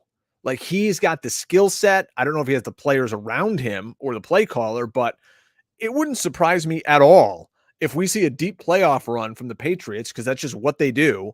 And all of a sudden, people are saying like, oh my God, Mac Jones is like the greatest quarterback ever. Like everyone says about Joe Burrow right now. Like, I don't know, call me crazy. I think Joe Burrow is just, he's okay. I'm not going crazy because he took a team to a Super Bowl. Like, good for him. So did Joe Flacco, but Trent Dilfer and a bunch of guys. But I don't know. So the other pick I was considering just went, and it was Hassan Haskins. He's normally been going in around 15 or 16, but overhyped sleeper nabbed him. He nabbed Tyrion Davis-Price and Hassan Haskins ahead of ADP, which those are two rookie backs in really good situations where if things break their way, right? And I mean, you're looking at a guy with Derrick Henry that's well over the 1,500 carry mark in his career, like getting up there, suffered an injury last year. And Hassan Haskins, man, like Haskins, he could be, he could have RB1 weeks. Like now I know last year with Deonta Foreman, like we never really saw him take over the backfield. It's kind of, it could also be that, right? It could continue to be split up across multiple backs. But like Haskins is a guy that I really love this season, especially if you can get him like around 15 or 16. But I nearly did it there just because I only had 4 backs on the team. But Jacoby Myers has just had too much. His underlying profile has just been too productive to pass in there. It's also one of those things too. You got a kid in Algier who likely by the end of the year will be a starting running back. You got Jacoby Myers, who is a starting wide receiver, whereas a lot of other guys who get taken at this point are kind of like, they're backups, they're third wide receivers, they're, rotational guys. I like what you're doing here. And anybody who's in a draft should look at that, look down your draft board and go, well, who actually plays? I mean, there's a lot of wide receivers as I'm looking down the guys left over who are still, the number 2 wide receiver in their offense going forward. So there's going to be some good picks coming off the board. I really love the Jahan Dotson pick for Dotson was the other name in my queue. Along with Haskins and along with Jacoby Myers. And so I had 3 names in my queue, and one has gone off the board, and you just all 3 are off the board at this point. I mean, obviously I took one of them, and you just mentioned the other one though. So in this round 12, we're shooting for some upside. Jamison Crowder, he's going to play slot for the Bills. You took Jacoby Myers. Jamal Williams for the Detroit Lions. He's only, 1 injury away from being a starting running back. On an offense that's going to pound the rock. Will Fuller, we'll see if he ever resurfaces. Timmy Patrick, a hot name in Denver. Jahan Dotson, the rookie for the Commanders. George Pickens, tons of talent. People kind of think he's a knucklehead. We'll see if he can get his head screwed on straight. Dwayne's guy he liked a lot, Hassan Haskins, who's going to back up Derrick Henry. Van Jefferson, who is still out there in LA. David Bell, if you follow me on Twitter at Drake Fantasy, I've been pumping up David Bell. Looks like he's got a shot to be the number 2 on the outside for Cleveland. James Robinson of the Jaguars, followed by Marlon Mack. So we went back-to-back here. Marlon Mack, Deonta Foreman, and then Gus the Bus Edwards in a crowded Ravens backfield is the second pick in round 14. So we're really just kind of grasping at straws here with some of these guys. But hey, that's what you do in a deep draft. Yeah, I mean, and Gus Edwards is a guy that I had in my queue coming back to me. So I definitely didn't want to see him go off the board because I still need running back help. I'm eyeballing I won't speak about any, but I'm eyeballing some of that. Man, I'm telling you, I'm looking at these wide receivers. God damn. I would take 10 of these guys. Oh my goodness. There's so many still left on the board. I'm also trying to keep up with all the picks. Mark Ingram. I like that Mark Ingram pick. I've been snagging Mark Ingram on Underdog left and right. By the way, use promo code HUSTLE on Underdog. We'll match your initial deposit up to $100. We don't know if Alvin Kamara is going to get suspended or not. I mean, there's like video of him and a buddy's beating up a dude. He could easily get suspended 4 or 6 games. And then boom, here's Mark Ingram with a one-legged Jameis Winston as your starting running back. So I like that a lot. Zamir White comes off the board. Sony Michel, another guy I liked a lot. They're destroying my queue right now. Brian no, Robinson, they are like absolutely obliterating my queue right now, but it's okay. Fuck it. That's okay. Dwayne's up in 2 picks. We'll see where he goes from I here. Won't be taking a running back now. Okay. Yeah, I would have taken Sony or Brian Robinson. Yeah. Gus Edwards, I had in the queue. I had Sony in the queue. I had Zamir White in the queue. I had Brian Robinson in the queue. I had all these guys in the queue. I didn't have Marlon Mack in the queue. I did have Deontay Foreman in the queue. So, and Sony Michel is a guy who, if you would have gotten him, and we can just, we're talking about players here. Sony Michel going to Miami, he literally could be their first and second down back. You already have the third down back in Chase Edmonds. You kind of see what plays out, who gets hurt. And one of those guys is going to become the guy in Miami. So I wouldn't have faulted you for taking him there in round 14. Dearness Johnson goes off the board. He's the third man there in Cleveland. So we got 1 pick before Dwayne is on the board in the 14th round. We'll see what Hilo does here.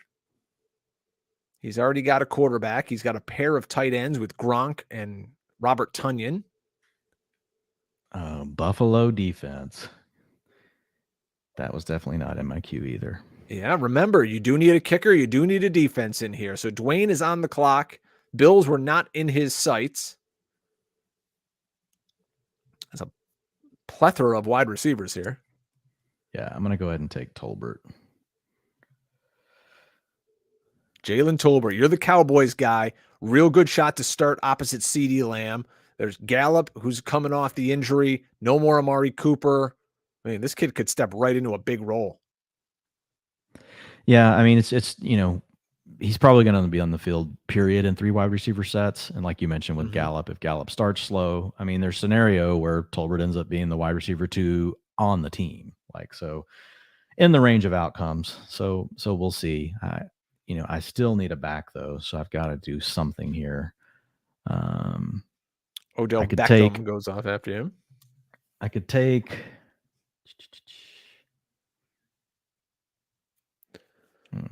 Some of the guys on the board: Mostert, Kenyon Drake, McKissick, James White. I mean, Mostert. I have Chase Edmonds. I mean, and Mostert was going earlier, but now with Sony Michel on the team, like who knows? The one good thing about Mostert is whenever he plays, like he's good. It's just like how often can he play? So the 2 guys I have in the queue are Mostert and McKissick. So he took Taysom Hill, which is a popular thing to do right now at tight end, just because he is. If he does manage to play quarterback in some way, shape, or form, like he's immediately going to be a top 3 tight end. Yeah. So, yeah, I'm going to go ahead and take Mostert just because he's sliding. He's an old guy. I don't draft him very often. I don't really do handcuffs that often, but I don't mind it. At pick 9 and the pick 15, I'm good with it. It just gives me another shot to see what happens with the Dolphins' backfield. I mean, look, Raheem Mostert's a better running back than Sony Michel. Like far more explosive. Michelle has higher draft capital, has been able to stay a little healthier than Mostert, but from a playmaker standpoint, Mostert is hands down better than Sony Michel. But he just can't stay healthy. Now, if it was me, I think I would have went JD McKissick. Just again, it's a PPR format, but my problem with McKissick this year is it's like, man, there's going to be 3 backs involved. You got Brian Robinson there now. Yep. Yeah, it's like yeah, and McKissick is just falling down boards because of that. The guy that was past ADP here was Mostert. McKissick's basically still around where he goes. Some other guy, we won't talk about a ton of these guys that are still on the board, but let's see some other guys going off the board. Matt Breida, gets selected Tyler Batty. So some of you guys will have to fire up your Google machines and find out what team these dudes are on. Because people are looking like, who the hell? I guarantee people are going to put Tyler Batty up on the board in their home league, and there's going to be a guy in the back row going like, who is that guy? Not going to go in your home league. No, Tyler Batty. Not going to be drafted. Baltimore Ravens. They got a lot of guys there in that backfield. John Mechie, Amari Rogers. So getting some guys who were very productive in college for big-time programs, Clemson and Alabama, respectively. There goes J.D. McKissick to the OG Fantasy. He's off the board. There goes guys are doing their show there. Remember, this is a 20-round draft. Dwain will have, 5 selections left. 16, 17, 18, 19, 20. One of which will be a kicker, one of which will be a defense. So he's got 3 positions to play with. I doubt he's going to take a backup kicker or backup defense. No, I'm not. Do people do that a lot? Do we see backup defenses and kickers ever go? I don't think you'll see it in this one, but you will see it sometimes in these leagues. Just depends. Snoop Connor off the board. He's a guy in Jacksonville who is behind Travis Etienne, who came off the Liz Frank, and you've got James Robinson who had an Achilles. So we'll see what the Mississippi Rebel running back can do here for Doug Peterson and his offense. Who knows? These are the kind of guys that all of a sudden he's a 5th rounder. You kind of go, I don't know. He's a random dude, not great draft capital. Everybody in front of him gets hurt. Oh, now the guy's a starting running back, and everyone's trying to trade for him. Second defense off the board, Dwain. LA Rams. Yep. Then Wan'Dale Robinson, who I like. Wan'Dale Robinson, by the way, folks, in Dynasty, they're only going to have next year probably Wan'Dale Robinson and who's the Kadarius Toney. I mean, Robinson's going to be there for the long haul. Nice little playmaker.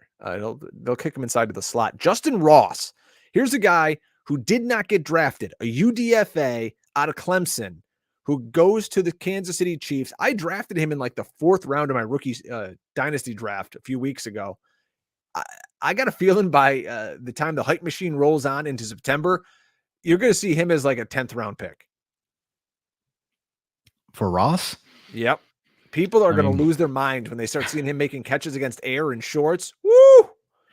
Those. Maybe. You can't stop it's that hype train tough when you see dudes catching out routes, in shorts and schlong flopping around out there. People get excited. I love Justin Ross. So we'll see. I just think with Sky Moore already there. I mean, he's definitely a name that could climb up boards, but I don't know how far. But to your point, I mean, it's Kansas City. So if all of a sudden, we start hearing, that one of these guys is really looking great, and let's be honest, neither MVS or Juju Smith-Schuster, Smith-Schuster, he's been a wide receiver 1 before, but really the last 3 years, deteriorating skill set. MVS has never flashed any kind of signal for being a really good fantasy wide receiver. So there's a chance that Justin Ross and Sky Moore are the 2 best receivers on the Chiefs outside of Travis Kelce, from the get-go. I guess that's in the range of outcomes. We'll have to wait and see. Trying to find a guy here in the queue. Damian Williams just gets drafted. Let's see. Was it Damian or Daryl today? Who just signed with the Cardinals? Daryl. He went in round 11. So there goes Hayden Hurst. Damian Williams is with the Falcons now. Devin Duvernay. So Dwayne's back on the clock. Come on, Jags D. Pull the trigger, Dwayne. Don't be a pussy. I'm going to take Keontae Ingram. There's still a chance that he's really the backup to James Conner, not Darrell Williams, who went in round 11. That's just too early for Darrell Williams. I don't think we know for sure what's going to happen. Williams got a 1-year deal. Now Keontae Ingram is not, it's not like they have a lot of draft capital tied up in him. And Darrell Williams is a guy you bring into camp. You see what he's got. He's 27 years old. If the rookie can't kind of catch on here, we've got this veteran placeholder. And if he, if Keontae does do something and shows flashes, boom, you can cut Darrell Williams. You don't owe him shit. So Daniel Carlson, our first kicker, goes off the board right before Dwain. So your queue is officially blown up. Yeah, I'm just sitting here and like Matthew Stafford is still here, and I don't normally take a quarterback this late, but I'm just looking down the board. Team 9 still doesn't have a quarterback, and you've got Aaron Rodgers and Stafford still on the board, Trey Lance on the board, Justin Fields. I mean, there's so many guys that are still available. It's like, damn. But I'm going to do something a little different here, and I'm going to go ahead and I'm going to take Trey Lance. Because he's the same stylistically as what I want from Lamar Jackson. I get to pair him with Deebo Samuel. We'll see what happens. Like, it's just if for some reason Lamar Jackson goes down and Trey Lance is actually playing football every week, like, I'm going to be happy to have him on my roster. So sorry, Stafford, I hate to pass you, but I had to go with the stack with Deebo. And look at the upside here. Look, I mean, people say, well, that's dumb. You have Cooper Kupp. I just wanted the upside of the running quarterback to go plus the stack together. So that was my reasoning for going with Trey Lance. You got to think too, Trey Lance, imagine he goes, I doubt he would go undrafted, but let's just say he did. And he takes over week 1. He runs for 120 yards and a touchdown, throws for $180 and a touchdown. The fab money that would get blown on him in this league would spin your head, and now you've got him on there. Like you said, Lamar Jackson, who wasn't healthy last year, so now you've got a guy with some major upside. And look at who we're pairing in this against in round 17. You're looking at teams taking defenses, teams taking kickers, and you're taking guys with top 5 quarterback upside. That's right. Way to plug me, Drake. And I'm almost out of beer. I'm gonna have to run to the fridge here. Question in the chat room: thoughts on Abram Smith if Kamara misses time? Yeah, I think we've got to hear more, but it's a name that's definitely starting to get buzz. We'll have to wait and see what they're saying, in training camp. But last year, Tony Jones was the guy that we all hopped on board with. It didn't hopefully play out well for Tojo because he ended up getting hurt as well. But look, Kamara's getting long in the tooth. And so I think there's definitely, an opportunity for someone else, even if Kamara plays out of the gate, right? Like, how much longer can he continue doing what he's been doing? Call me a donkey, call me a jabroni because I don't play in this league very often. But I mean, we're looking at the board, Dwain, again, and we're talking about quarterbacks like Matthew Stafford, Aaron Rodgers, guys who last year finished at QBs 6 and 7, still on the board when people are taking their 3rd tight end or the fucking Tampa Bay defense. Like, why wouldn't you rather have that security blanket of a top 5 potential quarterback? I know it's a high stakes league. Everyone wants to show how smart they are, but give me that over the Tampa Bay D. Yeah, it's just coming down to a lot of folks aren't going to roster 2. They've chosen not to go that way. Even with me taking Trey Lance, right? It like Stafford and Rodgers still haven't gone, and it's all the way back down to pick 9. He's the only guy on the board that doesn't have a quarterback, and he could easily have Stafford and Rodgers as his two quarterbacks. Oh my God, getting him in the 17th and 18th. Yeah, and he went with Sammy Watkins. So, Watkins, I do like, the schedule down the stretch. If for some reason, none of the other, if Christian, Watson can't come in and fill in as a rookie. I'm not that high on Allen Lazard. Not that I think Watkins is great, but Watkins could be the number 1 receiver on the Packers. And it would mean 20% target share. He's not going to come out and get 30%. We're slowly grinding through the picks. Early on, it's like bing, bing, bing, bing. Everyone's firing away. Now in round 17, it's like, the double IPAs have hit. People are kind of looking at the roster like, shit, I need a defense. I need a kicker. So we'll see. And Sammy Watkins, a guy who, again, in a lot of redraft leagues with your home buddies drafting in a garage, might not even get drafted in a 16-round draft. Because remember, we're doing 20 rounds here. Your typical home draft is 16 rounds. Yeah. There goes Stafford to pick 11, who also has Dak. Who got Dak at incredible value. Boy, oh boy. Folks, if you appreciate the show, make sure you subscribe to the YouTube channel. I know we like plugging that, but it does help. It helps Dwain and I and growing that channel. Get that notification bell selected so you'll know right when we go live, because we don't do it. It's not the same time every week. We switch it up all the time, just like this fun Tuesday night, 9 p.m. Eastern draft. Let's scroll the board down a little bit more as we head into round 18, and Harrison Butker goes off the board. He's paired with James Washington for Team 12. That's Dave and Billy. Boy, oh boy, I can't believe that. What is that? Team 10, Team 9 here in round 18 could end up with Aaron Rodgers. And Deshaun Watson hasn't been taken either. I mean, we know we've got his legal situation, but if and when he plays, he's going to be a very good quarterback with a lot of weapons. Kicker.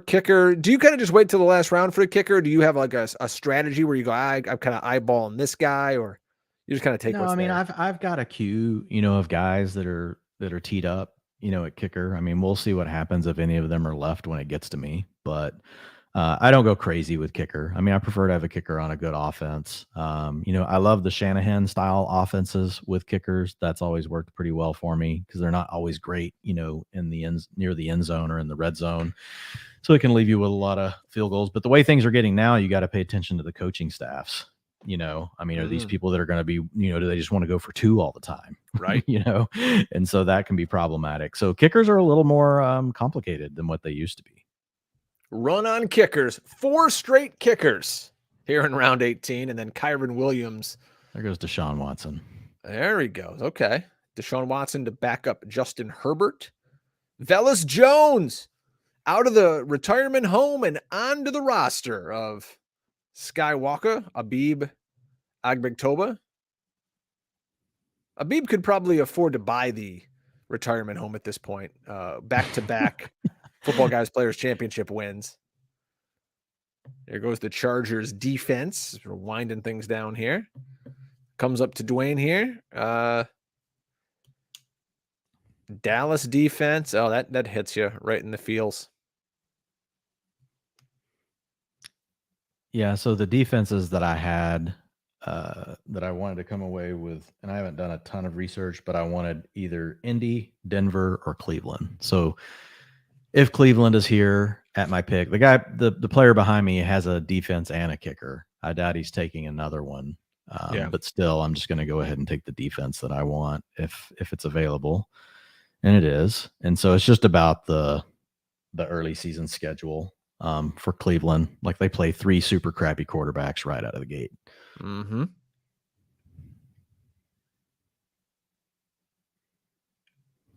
So there goes Dwain taking the Browns defense.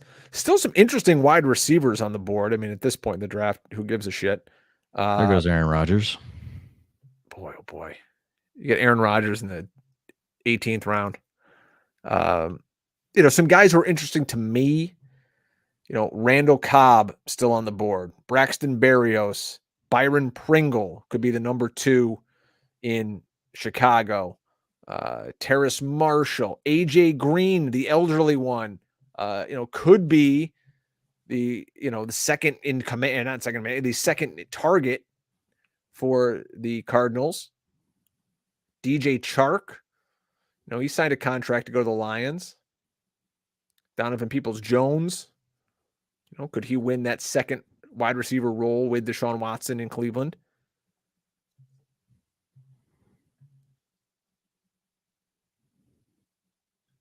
So like Tyquan Thornton, Romeo. How do you say his name? Romeo Dubs? I don't even know. Dubs sounds the coolest. Yeah. So AJ Green went off the board, and then Dwain took Pierre Strong. So why'd you fall in love with the young running back here? I just needed another back, and I wanted to take one of the rookies. So we'll see what happens. Pierre Strong could easily be a cut by the time I get to the season starting. Same could be true for Keontae Ingram, but I got to go ahead and throw darts now, right? I mean, if for some reason Damian Harris went down we would feel like Pierre Strong and Ramondre Stevenson were going to share a lot of the work. If for some reason James Conner went down in the preseason, it's either Keontae Ingram or Darrell Williams that are going to be taking over. So I wanted to throw another dart at running back. Everybody's already taken so many kickers. There's only a few teams that don't have one yet. I think there's only 4 teams behind me. And honestly, when I started looking down the list at the kickers, there were several that I still felt good enough about, taking shots on, that I was fine just waiting on kicker. Comment in the chat room here. If Mojo, who drafted 4th overall, would have taken any of the wide receivers in that 5th round instead of Josh Jacobs, he would have had an elite draft. So let's take a peek at what our pal Darren Armani did. Justin Jefferson, Alvin Kamara, and Tyreek Hill, Marquise Brown. I like the start there. Josh Jacobs. So I think that was the play in question there, was Josh Jacobs, where he probably felt, I need a running back. And we know Jacobs is a starting running back at this point.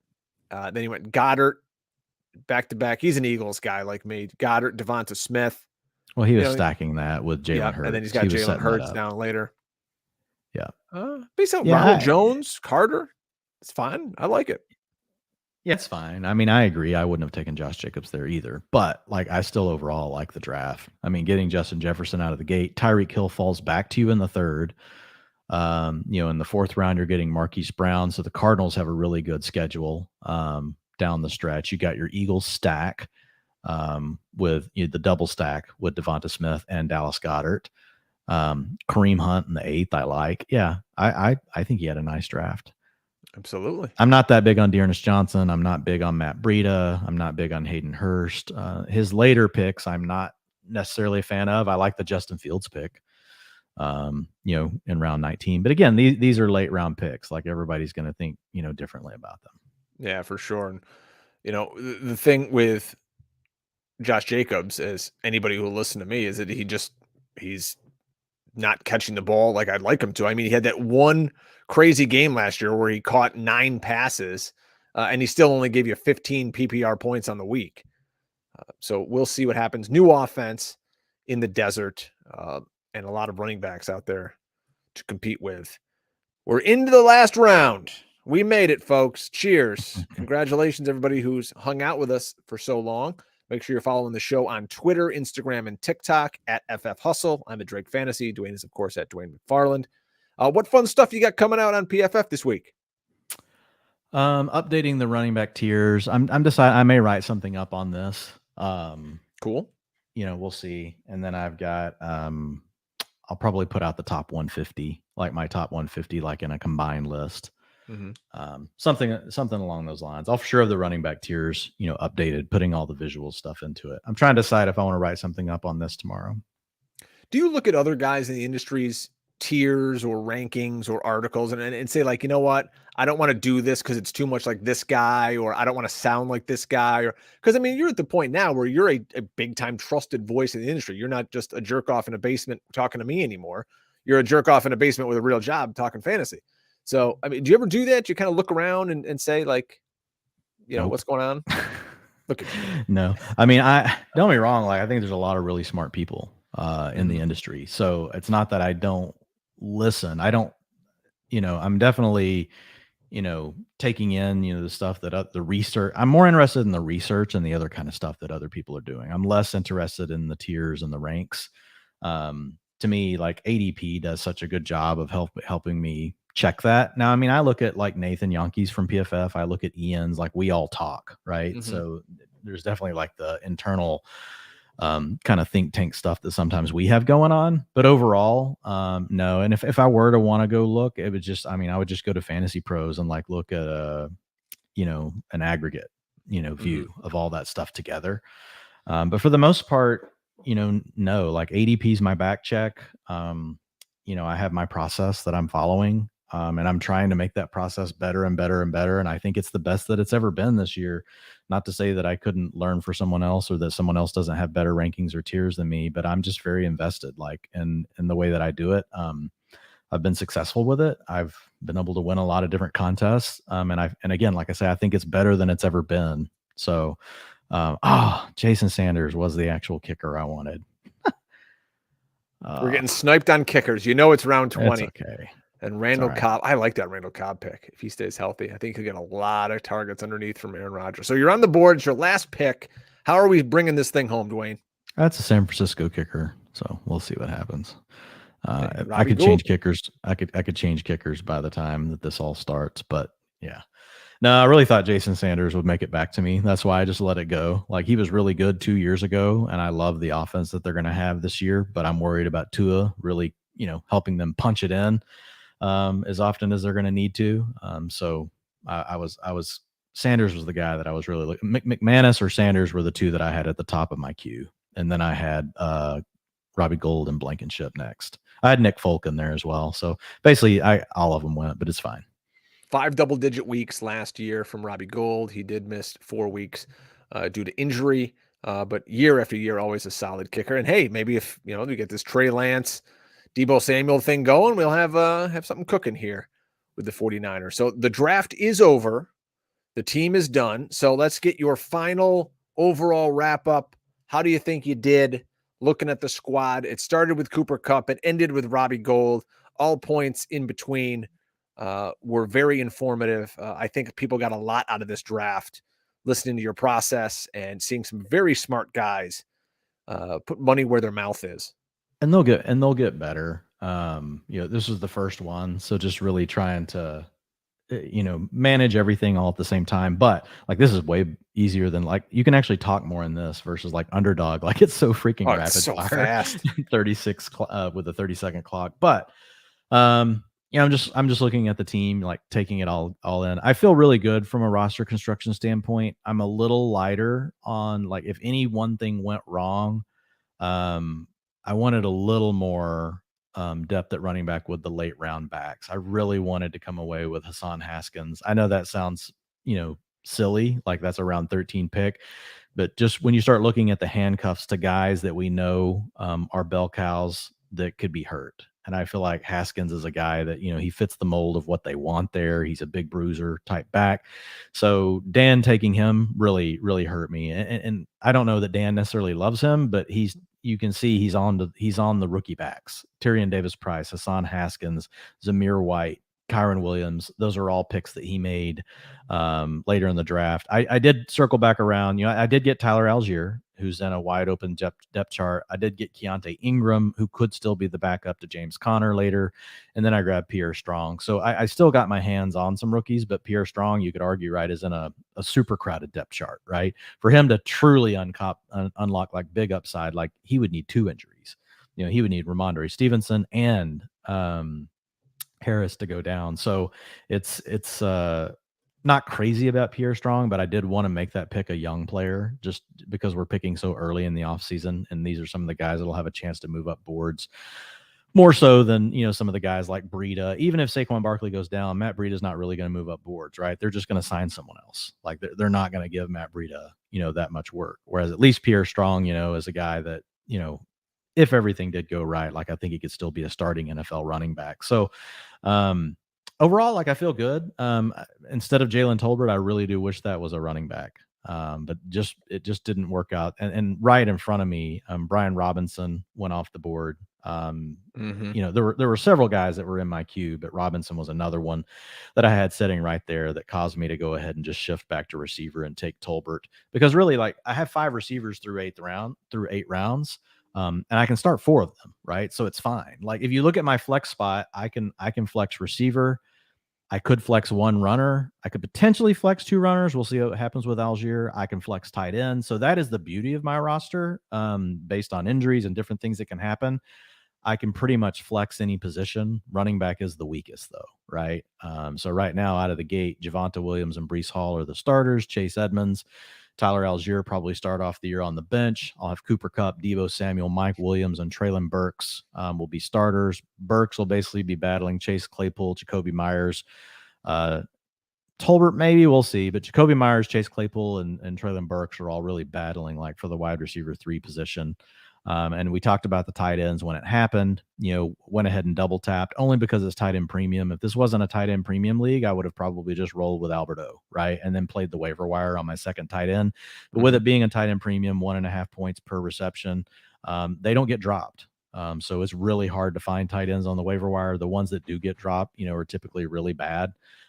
So they become kind of like running backs. There's not much on the wire. And that's the thing I'll say about these leagues. The running backs don't get dropped either. That's why it's tough to not come away with more than what I did. Because once I had the 5 receivers in the first 8 rounds, my plan really was to hit the tight ends, but then reel off, between rounds 9, if things would have went ideally, Drake, rounds 9 through 15 would have been all tight ends and running backs with no receivers mixed in.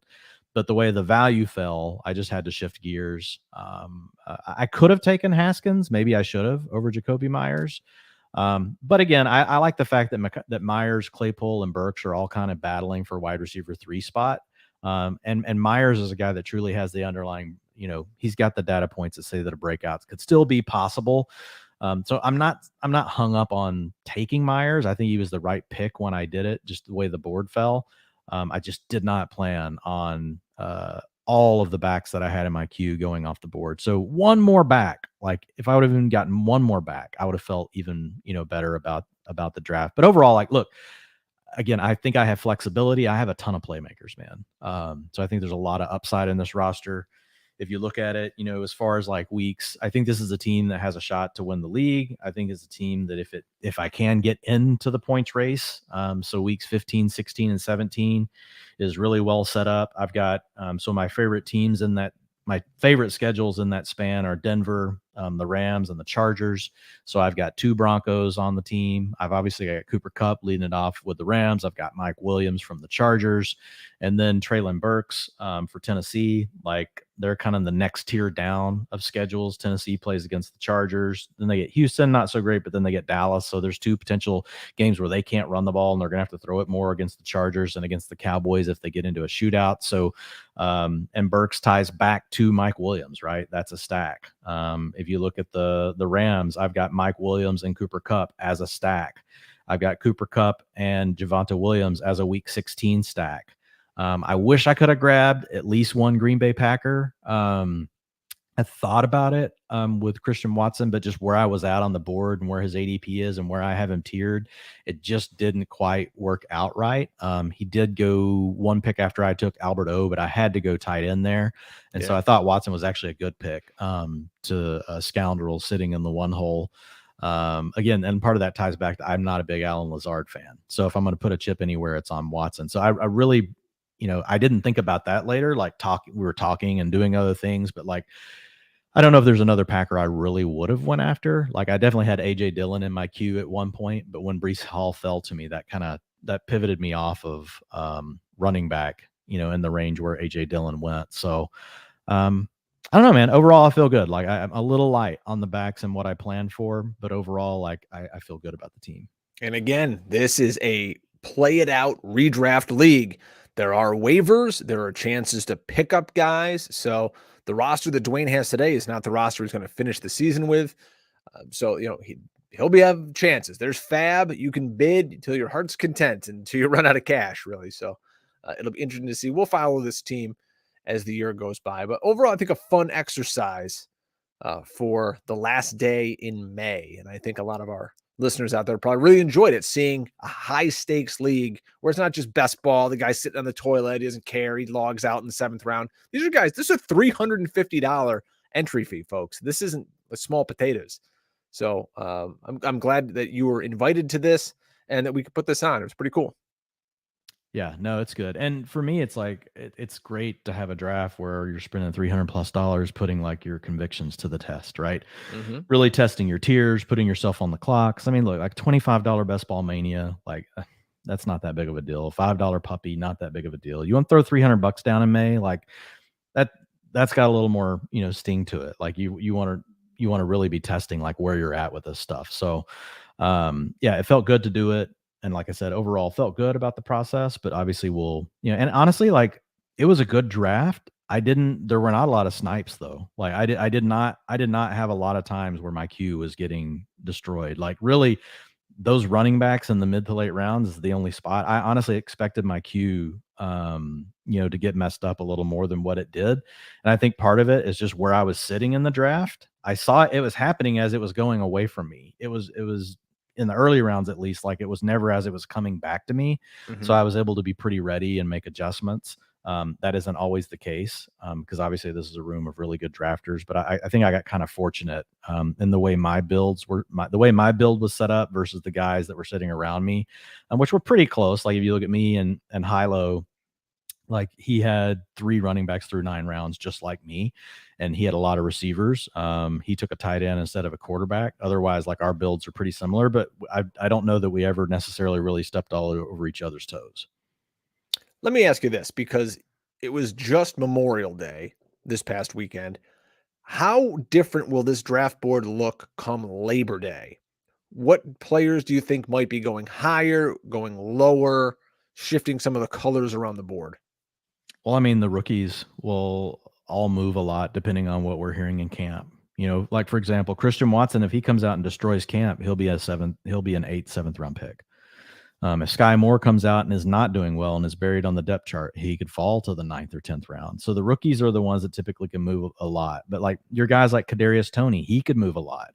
You know, really, like this is the first draft I've seen him go that early. Like he's been falling into the 9th, 10th, and 11th rounds of drafts, and he went in the 7th tonight. You know, so we'll have to wait and see. But as the pecking any of these areas where we know the pecking order is wide open and training camp could give some clarity, or we at least think we have clarity, those are the type of situations where I think you're going to see the most movement. Obviously, injuries can shake up a board, you know, in a big way. You'll see some guys completely fall off the board because they're hurt, and then you'll have other guys that can climb, you know, multiple spots. Like last year, whenever J.K. Dobbins went down, we saw Gus Edwards immediately climb up to like round 6. Then he got hurt, right? And everybody's trying to figure out, all right, who's the backup for that? But I think overall, like generally speaking, the things that we can predict, the rookies, the unsettled depth charts. Well, so Alan Lazard could move either way. If the news continues to be big, people will continue to push him up the board. If he's not performing well, you know, and it sounds like there's a chance that he's not even in the 2 wide receiver sets for some reason, and he doesn't really have a long track record, like Lazard's a guy that could fall 2 or 3 rounds. So those are the types of profiles where a lot of times that you'll get the most movement.